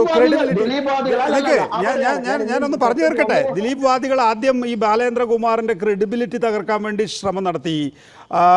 ദിലീപുമായിട്ട് ഒരു പടം സംസാരിച്ചു, അത് പൊളിഞ്ഞു, അതിൻ്റെ ദേഷ്യമാണ്. പിന്നെ ബാലചന്ദ്രകുമാർ ആർക്കൊക്കെയോ പണം കൊടുക്കാനുണ്ട്, അതുകൊണ്ടാണ് അത് ദിലീപിനോട് ചോദിച്ചു, ദിലീപ് കൊടുക്കാത്തതുകൊണ്ടാണ്. ഇപ്പോൾ ബാലചന്ദ്രകുമാറിന് നിയമസഹായം ഓഫർ ചെയ്യുകയാണ്. ദിലീപ് വാദികൾ എന്ന് താങ്കൾ ഏത് അർത്ഥത്തിലാണ് താങ്കൾ എന്നെ അങ്ങനെ സംബോധന ചെയ്യുന്നത്? കഴിഞ്ഞ 3 ദിവസമായിട്ട് താങ്കളോടൊപ്പം ദിലീപ് വാദികൾ എന്ന് പറയാനാണ് നിങ്ങൾക്ക്. പോട്ടെ, ഞാൻ ശ്രീധരനെ മാറ്റി. ഇതിനകത്തുള്ള ഒരു സംഭവം എന്ന് പറയുന്നത് നോക്ക്, ഞാനും അതിന്റെ അപമാനത്തിന്റെ ഭാഗമാവുകയാണ് പല ദിവസങ്ങളിലും. അതുകൊണ്ടാണ് പല ദിവസവും ഈ ദിലീപിന് വേണ്ടി ചർച്ചയ്ക്ക് എന്തായാലും നമ്മൾ ഒരാളെ ഉൾപ്പെടുത്തണമല്ലോ. അങ്ങനെ ഉൾപ്പെടുത്തുമ്പോൾ വരുന്ന പരാമർശങ്ങളെല്ലാം നമ്മൾ തന്നെ അപമാനത്തിന്റെ അങ്ങേ തലക്കലെത്തുന്ന രീതിയിലാണ്. അതുകൊണ്ടാണ് ഞാൻ ദിലീപ് വാദികൾ എന്ന് പറയുന്ന ഒരു ടേം, ഒരു കോയിനേജ് ഉണ്ടാക്കിയിട്ടുള്ളത്. പോട്ടെ, താങ്കൾ അതങ്ങനെ അല്ലെങ്കിൽ ഞാനും ദിലീപ് വാദിയായി കൂട്ടിക്കോളൂ. കാരണം ദിലീപിനും ഉണ്ടല്ലോ ഒരു അവകാശം. ആ അവകാശത്തിന് വേണ്ടി ഞാനും ചർച്ചയിൽ പറയാറുണ്ട്. അത് നിങ്ങൾ അംഗീകരിക്കില്ല എന്ന് മാത്രമേ ഉള്ളൂ. എന്റെ മുമ്പിൽ അതെനിക്ക് ക്ലാരിഫൈ ചെയ്യണം. എന്റെ മുമ്പിൽ ദിലീപ് എന്നോ അബ്ദുൽ നാസർ മദനി എന്നോ സഞ്ജീവ് ഭട്ട് എന്നോ അല്ലെങ്കിൽ ഇവിടെ 50 പിന്നെ നമ്മുടെ പാലക്കാട് ഒരു നേരത്തെ ഭക്ഷണം കട്ട മധുവിന് വേണ്ടിയിട്ട് ഇന്നും ആ ഒരു കേസ് നടത്തുന്ന ഒരാളാണ്. ആ മധുവിന് വേണ്ടിയിട്ട് മധുവാദി എന്ന് നിങ്ങൾ പറയും. എന്തുകൊണ്ട് നിങ്ങൾ മധുവാദി എന്ന് പറയുന്നില്ല? അപ്പോ എന്റെ മുമ്പിലുള്ള ഒരു വ്യക്തി എന്നുള്ളതിന് ഒരു പ്രാധാന്യവും ഞാൻ കാണുന്നില്ല. റാഞ്ചിയിൽ നിലത്ത് ഭക്ഷണം വിട്ടുകൊടുത്തിരിക്കുന്ന ഒരു സ്ത്രീക്ക്, അതായത് ആ ഹോസ്പിറ്റലിന്റെ തറയിൽ ഭക്ഷണം വിട്ട് കഴിക്കുന്ന ഒരു സ്ത്രീയുടെ കേസ് ഞാൻ നടത്തിയത് 5 വർഷമാണ്. ആ സ്ത്രീക്ക് 6 ലക്ഷം രൂപയും ആ ഹോസ്പിറ്റൽ അധികാരികൾക്ക് സസ്പെൻഷനും മേടിച്ചു. അതൊക്കെ മറ്റു വിശദാംശങ്ങൾ നമുക്ക് സമയമുള്ളപ്പോൾ ചർച്ച ചെയ്യാം. സമയമില്ല. ഞാനൊന്ന് പാർവതി തെരുവത്തിലേക്ക് വിട്ടെ. പക്ഷേ പാർവതി തെരുവത്ത് ഈ കഴിഞ്ഞ ദിവസം പൾസർ സുനിയുടെ കത്ത് എന്ന് പറയുമ്പോൾ ഒരു അക്രമിയുടെ കത്താണ് എന്നത് തന്നെ ഞാൻ അംഗീകരിക്കുന്നു. അക്കാര്യത്തിൽ സംശയമൊന്നുമില്ല. അവിടെ ഒരു സെക്സ് റാക്കറ്റിനെ കുറിച്ച് പറയുന്നു. നിങ്ങൾ പോലും പറയാത്ത കാര്യമാണ് ഈ സിനിമയുടെ അകത്തളങ്ങളിൽ വിവിധ താരങ്ങൾക്ക് സഹായിയായി എല്ലാ കാലഘട്ടത്തിലും ഓടി നടന്ന പൾസർ സുനി എന്ന അക്രമി പറയുന്നത്. ഇതേക്കുറിച്ചൊക്കെ നിങ്ങൾ ഈ ഹേമ കമ്മീഷനിലൊക്കെ പറഞ്ഞ കാര്യങ്ങളാണോ? യെസ് നികേഷ്, ഇതേ തുടർന്നുള്ള ഇതിനെ പറ്റിയിട്ടും ഇതുമായിട്ടനുബന്ധിച്ചിട്ടുള്ള പല വിഷയങ്ങളും ഇതിൽ ഏറ്റവും കൂടുതൽ പവർഫുൾ ആയിട്ട് ഇൻഡസ്ട്രി നടത്തി നോക്കുന്നുള്ള ഒരുപാട് ആൾക്കാരുടെ പേരെടുത്തെടുത്തും അവർ ചെയ്തിട്ടുള്ള കാര്യങ്ങളും അവർ ഇൻറ്റിമിഡേറ്റ് ചെയ്തതും, അവരൊരു കുറ്റകൃത്യം ചെയ്തു കഴിഞ്ഞാൽ ഏതൊക്കെ രീതികളിലാണ് നമ്മളെ ഇൻറ്റിമിഡേറ്റ് ചെയ്തിട്ട് നിർത്തുന്നത്. ഒരുപക്ഷെ ഇപ്പൊ ജസ്റ്റിസ് ഹേമ വളരെ കാഷ്വൽ ആയിട്ട് പറഞ്ഞിട്ടുള്ളതാണ്, നിങ്ങൾക്ക് പുറത്ത് പറയണമെങ്കിൽ നിങ്ങൾ വേണമെങ്കിൽ പുറത്ത് പോയിട്ട് ഇവരുടെ പേര് പറഞ്ഞോളൂ എന്ന് പറയുന്നത്. ഞാനടക്കം പലവരും ബോൾഡാണ്, എല്ലാത്തിനെ പറ്റി സംസാരിക്കുന്നു എന്നൊക്കെ പറഞ്ഞിട്ടുള്ള പാർവതി എന്തിനാണ് ഇപ്പം മിണ്ടാതിരിക്കുന്നതെന്ന് പറയുന്നത് എന്താ വെച്ച് കഴിഞ്ഞാൽ ജീവഭയം ഉള്ളതുകൊണ്ട് തന്നെയാണ് നികേഷ്. ബിക്കോസ് ഇതേ പറഞ്ഞ പോലെ വീടിന്റെ വഴി ചോദിച്ചിട്ട് വിളിക്കുക, അല്ലെങ്കിൽ ഇതൊന്നും നല്ലതിനല്ല എന്നുള്ള ഭീഷണി കോൾസും കാര്യങ്ങളൊന്നും കിട്ടാതൊന്നും അല്ല നമ്മളും ഇരിക്കുന്നത്. സോ ബേസിക്കലി നമ്മൾ ഒന്ന് എക്സിസ്റ്റ് ചെയ്യുക, അതായത് ജോലി എടുക്കുക, ഇത് പോവുക, അതിന് സമ്മതിക്കുക എന്നുള്ളത് ഇവിടെ അനുവദനീയമായിട്ടുള്ളൊരു കാര്യമല്ല. ഈ പറഞ്ഞിട്ടുള്ള ഇങ്ങനത്തെ സെക്സ് റാക്കറ്റ് അടക്കം വേറെ പല കാര്യങ്ങളും ഫെസിലിറ്റേറ്റ് ചെയ്ത് കൊടുക്കുന്ന സ്ട്രക്ചേഴ്സ് ഇൻഡസ്ട്രിക്ക് അകത്ത് ഉണ്ട്. സോ അതിനെ പറ്റിയിട്ടൊക്കെ വളരെ വിശദമായിട്ട് നമ്മൾ ഈ കമ്മിറ്റി റിപ്പോർട്ടിൽ പറഞ്ഞിട്ടുണ്ട്. Very clear why it's not coming out. അതായത് വിദേശത്ത് പരിപാടി അവതരിപ്പിക്കാൻ പോകുന്ന പോകുന്നത് എന്തിനാണെന്നും പരിപാടിയുടെ ലാഭം എത്ര ആളുകൾക്ക് നൽകണമെന്നും പുറത്തു വന്നാൽ എന്താകും സ്ഥിതി എന്നാണ് ചോദിക്കുന്നത്. എനിക്ക് ഈ കത്തിൽ എഴുതിയിട്ടുള്ള വിശദാംശങ്ങളെ പറ്റിയിട്ട് ഞാൻ ഒരു രീതിയിലും അതിനെ ശരിവെക്കുകയോ തെറ്റുവെക്കുകയോ ഒന്നും ചെയ്യുന്നില്ല. പക്ഷെ എനിക്കൊരു കാര്യം എന്തായാലും ഉറപ്പാണ്, ഈ സ്ട്രക്ചർ, ഇതിൽ പറഞ്ഞിരിക്കുന്ന സെക്സ് സ്കാൻഡൽ ഇങ്ങനത്തെ ഒരു അല്ലെങ്കിൽ സെക്സ് റാക്കറ്റ് നടക്കുന്നുണ്ട് ഇൻഡസ്ട്രിയിൽ എന്ന് പറഞ്ഞു കഴിഞ്ഞാൽ ഒരു രീതിയിലും അതൊരു സർപ്രൈസിങ് എലമെന്റ് അല്ല എനിക്ക്. ഈ സ്ട്രക്ചർ ഉണ്ടെന്ന് ഞാൻ പറയുന്നത് പ്രൊഡ്യൂസേഴ്സ് ആണെങ്കിലും ഡയറക്ടേഴ്സ് ആണെങ്കിലും പ്രൊഡക്ഷൻ കൺട്രോളേഴ്സ് ആണെങ്കിലും എക്സിക്യൂട്ടീവ്സ് ആണെങ്കിലും പലവരും ഇത് ഫെസിലിറ്റേറ്റ് ചെയ്യുക എന്ന് പറയുന്നത്, ഈ കോംപ്രമൈസ് ചെയ്യൂ അല്ലെങ്കിൽ ഇങ്ങനെയൊന്നും ഒറ്റയ്ക്ക് പോയി മീറ്റ് ചെയ്താൽ മതി, കൂടെ ആരും പോകണ്ട എന്ന് പറഞ്ഞിട്ടുള്ള ഫോൺ കോൾസും കാര്യങ്ങളും നിരവധി എൻ്റെ സുഹൃത്തുക്കളാണെങ്കിലും ഇൻഡസ്ട്രിയിൽ നടിമാർ മാത്രമല്ല വേറെ ഏത് സ്ത്രീയായിട്ട് വേറെ ഏത് ഡിപ്പാർട്ട്മെന്റിൽ വർക്ക് ചെയ്യുകയാണെങ്കിലും അവർക്ക് അങ്ങനത്തെ അനുഭവം ഉണ്ടായിട്ടുണ്ട്, ഞാൻ അടക്കം. സോ ഇതിനെ പറ്റിയിട്ടുള്ള വളരെ ക്ലിയർ ആയിട്ടുള്ള ഡീറ്റെയിലും പേരടക്കമായിട്ടുള്ള നമ്മളുടെ എല്ലാ എക്സ്പീരിയൻസും ഈ റിപ്പോർട്ടിൽ പറഞ്ഞിട്ടുണ്ട്. സോ ഈ കേസ് നടക്കുന്നുണ്ട്, കേസിന് വളരെ കറക്റ്റായിട്ട് ജസ്റ്റിസ് കിട്ടണം എന്നൊക്കെ നമ്മൾ ആഗ്രഹിക്കുന്നുണ്ട്, അതിന് പിന്തുണയ്ക്കുന്നുണ്ട്. എല്ലാവരുടെ അവകാശങ്ങളും പറയണം, എല്ലാവരുടെ ഡിഗ്നിറ്റി ആൻഡ് റൈറ്റ് ടു ലൈഫിനെ പറ്റിയും സംസാരിക്കണം. പക്ഷേ ഇതിൽ ഏറ്റവും കൂടുതൽ നമുക്ക് പറയാനുള്ള ഈ റിപ്പോർട്ട് ഹൈഡ് ചെയ്യുന്നതിൽ and also the fact that ഈ ഇൻഡസ്ട്രിയിലുള്ള ഒരൊറ്റ വ്യക്തിയും ഹീറോ എന്ന് പറയുന്നത്, സൂപ്പർ ഹീറോസ് എന്ന് പറഞ്ഞിട്ട് നമ്മൾ വിചാരിക്കുന്ന സ്റ്റാർസും ഇതിനെപ്പറ്റി ഒരക്ഷരം പോലും മിണ്ടാത്തതിന് എന്തായിരിക്കും കാരണം എന്നുള്ളത്. ഇതും ചിലപ്പോൾ ഒരു പബ്ലിക് സ്ക്രൂട്ടിനി ആയിരിക്കാം, ഒരു ഹിയറിംഗ് ആയിരിക്കാം. പക്ഷെ whom are we kidding? We are living in a world where I come up and say that I have been assaulted and I'll be slut shamed in a program like this. So അങ്ങനത്തെ ഒരു വിചാരണ നടക്കട്ടെ എന്ന് തന്നെ ഞാൻ വിചാരിക്കുന്നത്. So I have to say that if there is such an allegation, അത് correct തന്നെ ആയിരിക്കും എന്ന് ഞാൻ പറയും. ഈ ജസ്റ്റിസ് ഹേമയുടെ റിപ്പോർട്ട് ഇപ്പോൾ ഞാൻ പാർവതിയുടെ വാക്കുകളിൽ നിന്ന് വായിച്ചെടുക്കുന്ന ഒരു കാര്യമാണ്. ഹേമയുടെ റിപ്പോർട്ട് പുറത്തു വരാത്തതിൻ്റെ കാരണം നിങ്ങൾ മൊഴി കൊടുത്തവരുടെ പേര് അതിനകത്തുണ്ട് എന്നുള്ളതല്ല, നിങ്ങൾക്ക് ആർക്കൊക്കെ എതിരെയാണോ മൊഴി കൊടുത്തത് അത് പുറത്തു വരരുത് എന്നുള്ളത് കൊണ്ടാണ്. അത് വായിച്ച് എടുക്കുക വേണ്ട, ഞാൻ പറയാം നികേഷ്, അതുകൊണ്ട് തന്നെയാണ് ഇത് പുറത്തു വരാത്തത്. അല്ലാതെ കബളിപ്പിക്കാൻ ശ്രമിക്കരുത്, അത്രയേ ഉള്ളൂ. അതായത് ഞാൻ പറയുന്നത് ഓരോരോ കാര്യങ്ങളും 17 വയസ്സായപ്പോഴാണ് ഞാൻ ഈ സിനിമ ഇൻഡസ്ട്രിയിലേക്ക് വരുന്നത്. കലയോടുള്ള സ്നേഹവും എനിക്കതിനുള്ള ടാലന്റ് ഉള്ളതുകൊണ്ട് തന്നെയാണ് ഞാനിവിടെ നിലനിൽക്കുന്നതും. എനിക്കതുകൊണ്ട് വേറെ ആരുടെയും ഔദാര്യമോ അല്ലെങ്കിൽ വേറെ ആരുടെയും സഹായമോ അല്ലെങ്കിൽ ഇത്തരത്തിലുള്ള സ്ട്രക്ചറൽ ബെനിഫിറ്റ്സിന്റെ ഒന്നിന്റെ ആവശ്യം വന്നിട്ടില്ല. പക്ഷെ ഇതിനെ അവോയ്ഡ് ചെയ്യാൻ വേണ്ടിയിട്ട് ഒരുപാട് കാലം ഒരുപാട് കാര്യങ്ങളും കൂടെ കടന്നുപോയിട്ടുണ്ട് ഞാൻ. ഇതൊക്കെ ഒരു 8-9 മണിക്കൂർ അവരെല്ലാം എഴുതിയെടുക്കുകയാണ്, റെക്കോർഡ് പോലും ചെയ്യുന്നില്ല. കാര്യം പാർവതിയുടെ പേര് അതിൽ വരരുതല്ലോ. അപ്പോഴും ഞാൻ പറയണേ, എൻ്റെ പേര് ഇപ്പോൾ പുറത്ത് വന്നാലും കുഴപ്പമില്ല മാഡം, നീതി കിട്ടിയാൽ മതി എന്ന് ഞാൻ പറഞ്ഞിട്ടുണ്ടായിരുന്നു. ഇതൊക്കെ പറഞ്ഞതിന് ശേഷം നിങ്ങളുടെ പേര് അതിൽ എഴുതിയിട്ടുണ്ട്, അപ്പൊ എന്ത് അവകാശത്തിലാണ് അവർ നമ്മുടെ പേര് അതിൽ എഴുതിയത് എന്നുള്ളതാണ്. അതൊരു കാരണമായിട്ട് ഉപയോഗിച്ചിട്ട് നിങ്ങളെ പ്രൊട്ടക്ട് ചെയ്യാനാണ്, ഈ പ്രൊട്ടക്ട് ചെയ്യാൻ വേണ്ടി ഉണ്ടാക്കിയ ഡോക്യുമെന്റ് നിങ്ങളിൽ നിന്ന് മാറ്റി വെക്കുന്നത് എന്ന് പറയുന്നത് എന്ത് തരത്തിലുള്ള അസഭ്യമാണെന്നുള്ളത് ഞാൻ ആലോചിക്കുന്നത്. It's a humiliation beyond belief for me. ഈ ബാലചന്ദ്രകുമാർ നേരത്തെ പറഞ്ഞല്ലോ അദ്ദേഹത്തെ സംബന്ധിച്ചിടത്തോളം ജീവഭയം ഉണ്ടെന്ന്. ഷീലപറ്റി ബഷീർ ദയവായി തൊട്ടു, ഞാൻ വരാം. ജീവഭയം നോക്കൂ, പാർവതിയെ പോലെ ഒരാൾ ജീവഭയം എന്നൊക്കെ പറയുന്നത് അത്ഭുതം തോന്നുന്നു.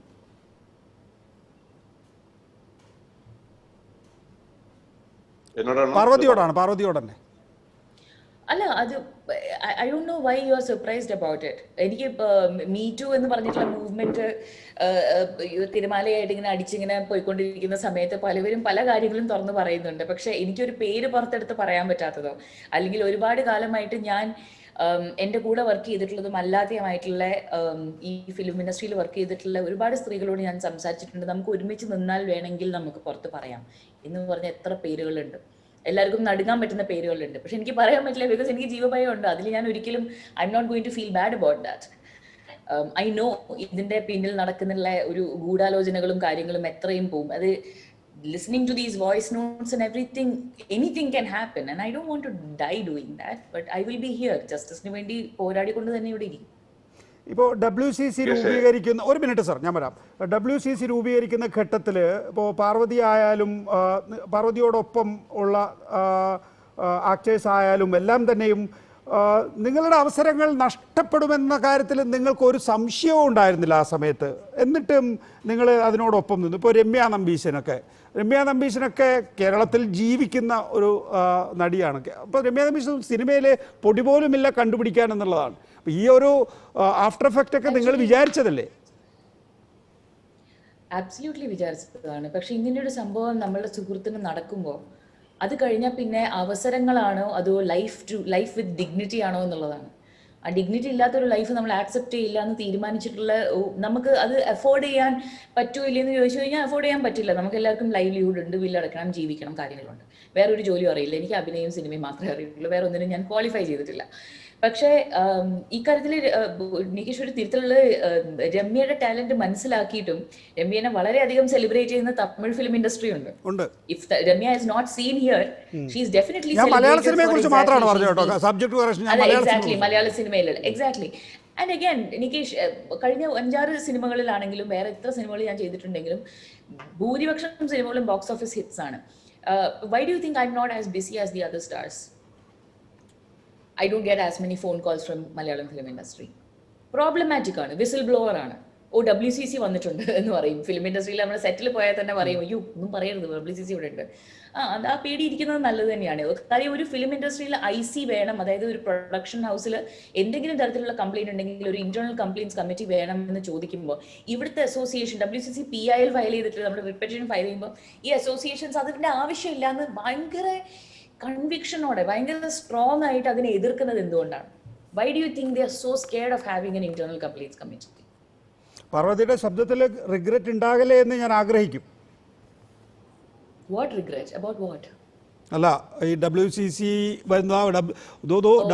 ഇരിക്കുന്നു എന്ന് പറഞ്ഞ് സിനിമയിൽ നിന്ന് അകറ്റി നിർത്തുന്ന കാര്യത്തിൽ കളക്റ്റീവ് ഉണ്ടായിരുന്നില്ലെങ്കിൽ ഉണ്ടല്ലോ നികേഷ്, എനിക്ക് ഓർമ്മ പോലും ഇല്ല കളക്റ്റീവിന് മുമ്പ് ഞാൻ എങ്ങനെയാണ് സർവൈവ് ചെയ്ത ഇൻഡസ്ട്രിയിൽ എന്നുള്ളത്.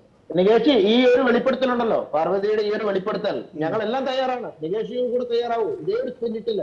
ഇതൊക്കെ എത്ര പ്രാവശ്യമായി പറയുന്നത്? ഇത് ആദ്യത്തെ പ്രാവശ്യമാണ് ഷീത്ത് കേൾക്കുന്നുണ്ടാവുക. ഇവർ എത്ര പ്രാവശ്യം അഭിമുഖങ്ങളിൽ വന്ന് വാർത്താ സമ്മേളനങ്ങളിൽ വന്ന് ഇവർ നടത്തിയ വാർത്താ സമ്മേളനം മലയാള സിനിമയിൽ ആര് നടത്തിയിട്ടുണ്ട്? പക്ഷെ വേറൊരു കാര്യമുണ്ട്.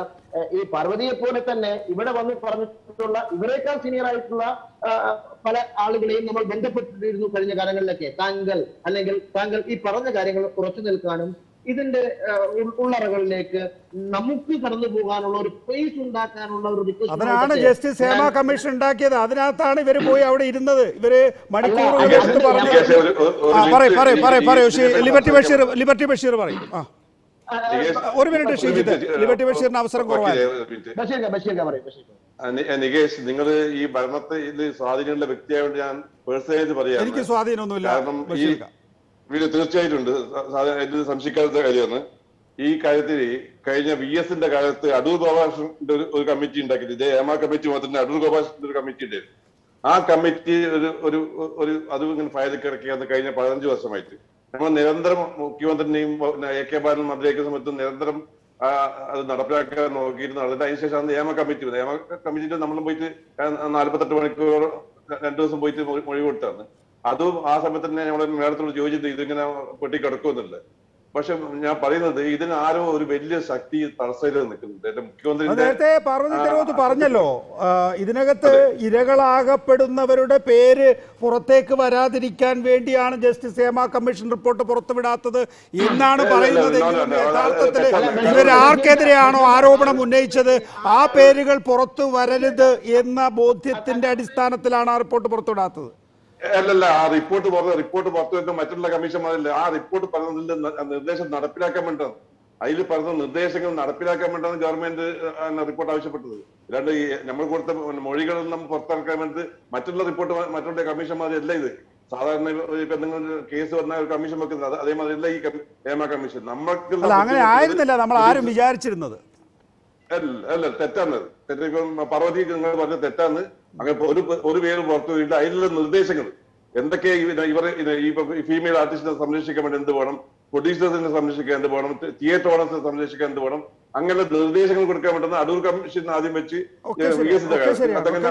ഗവൺമെന്റ് കാലത്താണ് ഇത് രണ്ടും സംഭവിച്ചിട്ടുള്ളത്. അഡ്വക്കേറ്റ് രാജകുമാർ കൺക്ലൂഡ് ചെയ്യാൻ. എനിക്കൊരു കാര്യം പറയാനുണ്ട്. സോറി, എന്റെ ഇടയ്ക്ക് ഒന്ന് പറഞ്ഞോട്ടെ. ഞാൻ liberty Basheer with all due respect, എനിക്ക് ഹേമ കമ്മിറ്റിയിൽ അവിടെ പോയിട്ട് ഞാനും മൊഴി കൊടുത്തിട്ടുള്ള ആളാണ്.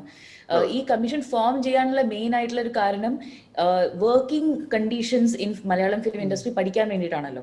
അത് വേറെ ആർക്കുള്ള ഏത് ഡിപ്പാർട്ട്മെന്റ് ആണെങ്കിലും.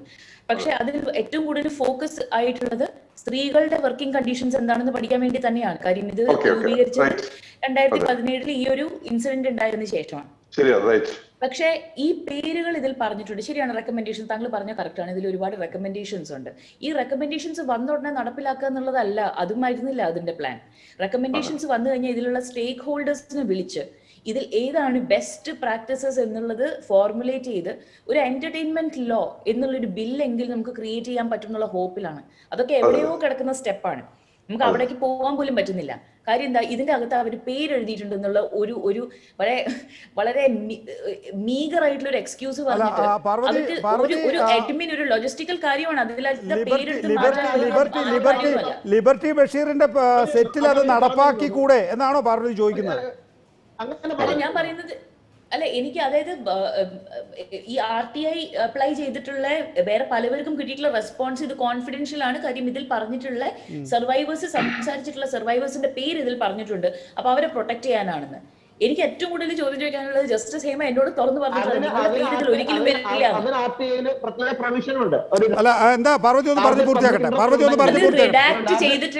റിഡാക്ട് ചെയ്തിട്ടുള്ള വെർഷൻ പുറത്തേക്ക് കൊണ്ടുവരിക എന്ന് പറയുന്നത് വളരെ ആനകാര്യമൊന്നും അല്ലല്ലോ. It's a very logistical thing. Somebody in the admin department can do that, redacted version where no names are mentioned. പക്ഷെ ഇന്ന ഇൻസിഡൻസസ് നടന്നിട്ടുണ്ട്. അത് ബേസ് ചെയ്തിട്ടുള്ള റെക്കമെൻഡേഷൻസും പുറത്തു വരിക എന്നുള്ളത്. ഇത് പബ്ലിക് ഡൊമൈനിൽ വന്നു കഴിഞ്ഞാൽ നമ്മൾക്കാണ്, ഈ സംസാരിച്ച ആൾക്കാർക്കാണ് ബുദ്ധിമുട്ടുണ്ടാവുന്നത്. നമ്മളുടെ പേര് റിമൂവ് ചെയ്തിട്ടുള്ള വേർഷൻ പുറത്തേക്ക് ഇറക്കാം. അതിനുള്ള സാവകാശം നമ്മുടെ ഗവൺമെന്റിനോ അല്ലെങ്കിൽ ഈ കമ്മിറ്റിക്കോ ഇല്ല എന്ന് പറയുന്നത് അത്. And it's our tax money also they have spent for the last 4 years in doing this. തീർച്ചയായും അതെ. ജസ്റ്റിസ് ഹേമ കമ്മീഷൻ്റെ ചെലവ് നമ്മുടെ എല്ലാം ടാക്സ് മണിയാണെന്നുള്ളതാണ്. ജസ്റ്റിസ് അജയകുമാർ, വളരെ പ്രോഗ്രസീവായിട്ടുള്ള കുറേ നിർദ്ദേശങ്ങളാണ് ഈ ജസ്റ്റിസ് ഹേമ കമ്മീഷന് മുമ്പാകെ ഈ സിനിമാ പ്രവർത്തകരൊക്കെ ഉന്നയിച്ചിട്ടുണ്ടാവുക. അതൊരു ഗവൺമെൻറ്റിനെ സംബന്ധിച്ചിടത്തോളം നടപ്പിലാക്കാൻ കഴിയാത്തത് നടപ്പിലാക്കാൻ കഴിയില്ല എന്ന് പറയുന്നതിന് ആർക്കും തടസ്സവും ഉണ്ടാവില്ല. സ്റ്റേക്ക് ഹോൾഡേഴ്സിനെയൊക്കെ വിളിച്ചു കൂട്ടുക, സംസാരിക്കുക. അങ്ങനെയാണെങ്കിലല്ലേ ഈ നമ്മളൊരു കേസിൽ പോകുന്നു എന്നതിനപ്പുറത്തേക്ക് വിശാലമായി ഗവൺമെൻറ് ഇതൊക്കെ അഡ്രസ്സ് ചെയ്യുന്നു എന്നുള്ള തോന്നലുണ്ടാവുകയുള്ളൂ. ശ്രീ നികേഷ്, നമ്മുടെ സഹോദരിമാരുടെ മാനം കാക്കാൻ എന്ത് ചെയ്യണമെന്ന് കമ്മീഷൻ വച്ച് പഠിക്കുകയല്ല ചെയ്യേണ്ടത്. അതിന് തൻ്റെ ഇടമുള്ള രാഷ്ട്രീയ നേതൃത്വം വേണം. അത് നമ്മുടെ രാജ്യത്തിൻ്റെ കൾച്ചറായിട്ട് മാറ്റിയെടുക്കാൻ പറ്റുന്ന ഒരു ധർമ്മനീതി വ്യവസ്ഥ ഇവിടെ നടപ്പിലാക്കാനുള്ള ആർജവമുണ്ടാകണം. അത് ഈ ഒരു കമ്മീഷൻ വച്ചാലും ഇവിടെ ഒരു കാര്യവുമില്ല. കമ്മീഷൻ സെക്രട്ടേറിയറ്റിന്റെ പബ്ലിക് അഡ്മിനിസ്ട്രേഷൻ ഡിപ്പാർട്ട്മെന്റിന്റെ ഒരു മുറിയിൽ ഉറങ്ങാനുള്ള വിധിയുള്ള കുറെ റിപ്പോർട്ടുകളാണ്. അതുകൊണ്ടൊന്നും ഒരു ചുക്കും ചുണ്ണാമ്പും ഈ സമൂഹത്തിൽ ഒരു പഠനം നടത്തിയെന്ന് വിചാരിച്ചാൽ വേണ്ടത്. ഒരു പഠനം നോക്കൂ, ഇതിനകത്ത് ഇരകളാകപ്പെട്ട ആളുകൾ, ഇതിന്റെ സ്റ്റേക്ക് ഹോൾഡേഴ്സ്, അവരെ വിളിച്ച് സംസാരിക്കാതെ ഒരു റിപ്പോർട്ട് ഉണ്ടാക്കാൻ കഴിയില്ലോ. റിപ്പോർട്ട് ഉണ്ടാക്കിയിരിക്കുന്നു. ഇപ്പോൾ അതിനകത്ത് നടപ്പാക്കുന്നില്ല എന്നുള്ളതാണ് പ്രശ്നം. ഒരു പ്രോഗ്രസീവായിട്ടുള്ള ഗവൺമെന്റിനെ സംബന്ധിച്ചിടത്തോളം അതിന് മടിക്കുന്നു എന്ന് പറയുമ്പോൾ അവരും ഇതിനൊക്കെ വഴിപ്പെടുന്നു എന്നല്ലേ അർത്ഥം? ഈ മാഫിയയ്ക്ക് വഴിപ്പെടുന്നു എന്നല്ലേ അർത്ഥം? നോക്കൂ, ഇന്നും സ്ത്രീ ഒരു ഉപഭോഗ വസ്തുവാണ് എന്ന് ചിന്തിക്കുന്ന ബഹുഭൂരിപക്ഷം പുരുഷന്മാരും പ്രത്യേകിച്ച് പല പകൽമാന്യന്മാരും ജീവിക്കുന്ന നമ്മുടെ സമൂഹത്തിൽ ഈ ഇത്തരത്തിലുള്ള കമ്മീഷൻ റിപ്പോർട്ടുകൾ ഉറങ്ങുന്നതിന് വേറെ കാരണമൊന്നും വേണ്ട. ഇനി ഇവിടെ സ്ത്രീക്ക് രക്ഷ വേണമെങ്കിൽ ഞാൻ 1000-ഓളം സ്ത്രീപീഡന കേസുകൾ പ്രോസിക്യൂട്ടറായും ഡിഫൻസായിട്ടും നടത്തിയിട്ടുണ്ട്. അതിലെല്ലാം തന്നെ മിക്കവാറും 90% കേസുകളിലും ഏതെങ്കിലും ഒരു സ്ത്രീയും കൂടെ പ്രതിയാണ്. എന്തുകൊണ്ടത് സംഭവിക്കുന്നു? സ്ത്രീകൾക്ക് പോലും സ്ത്രീകളെ പ്രൊട്ടക്ട് ചെയ്യാനുള്ള താല്പര്യം ഈ സമൂഹത്തിലില്ല. ഇല്ലെങ്കിൽ അവരെയും വിലക്കെടുക്കുന്നു എന്നല്ലേ അതിൻ്റെ അർത്ഥം. ഇവിടെ നിങ്ങൾ മനസ്സിലാക്കേണ്ട ഒരു കാര്യം, സ്ത്രീക്ക് ആത്മസംതൃപ്തിയോടുകൂടി ആത്മാഭിമാനത്തോടുകൂടി ഈ രാജ്യത്ത് ജീവിക്കുവാനുള്ള നേരത്തെ നമ്മുടെ വക്കീല് പറഞ്ഞ ആർട്ടിക്കിൾ 21 നിലനിൽക്കുന്നുണ്ട്. ഇവിടെ അത് സംരക്ഷിക്കണമെങ്കിൽ അവർ തന്നെ മുന്നിട്ടിറങ്ങണം. അവരെ സപ്പോർട്ട് ചെയ്യുന്ന ബഹുഭൂരിപക്ഷം നന്മയുടെ മനസ്സുകൾ ഈ കേരളത്തിലുണ്ട് എന്നുള്ള കാര്യത്തിൽ സംശയമൊന്നുമില്ല. നിങ്ങൾക്ക് ഡൽഹി അന്നത്തെ തെരുവിൽ അപമാനിക്കപ്പെട്ട സ്ത്രീക്ക് വേണ്ടി എത്ര പേരിറങ്ങി? അവർക്ക് എന്ത് ബന്ധമാണ് ആ സ്ത്രീയായിട്ടുള്ളത്? പക്ഷേ അതിനൊരു നേതൃത്വം ഇവിടെ ഉയർന്നു വരും. ഈ സ്ത്രീകളിൽ നിന്ന് തന്നെ ഉയർന്നു വരും. അന്ന് രാഷ്ട്രീയക്കാർ അവരുടെ പുറകെ പോകും, അല്ലെങ്കിൽ പോകില്ല. വളരെ നന്ദി അഡ്വക്കേറ്റ് രാജകുമാർ. ഈ വിഷയത്തിൽ പ്രതികരിച്ചതിന് Sreejith Perumana, advocate Rajakumar, Balachandrakumar, Liberty Basheer, Parvathy Thiruvothu, editors അവർ സഹകരിച്ചതിന് നന്ദി. നമസ്കാരം.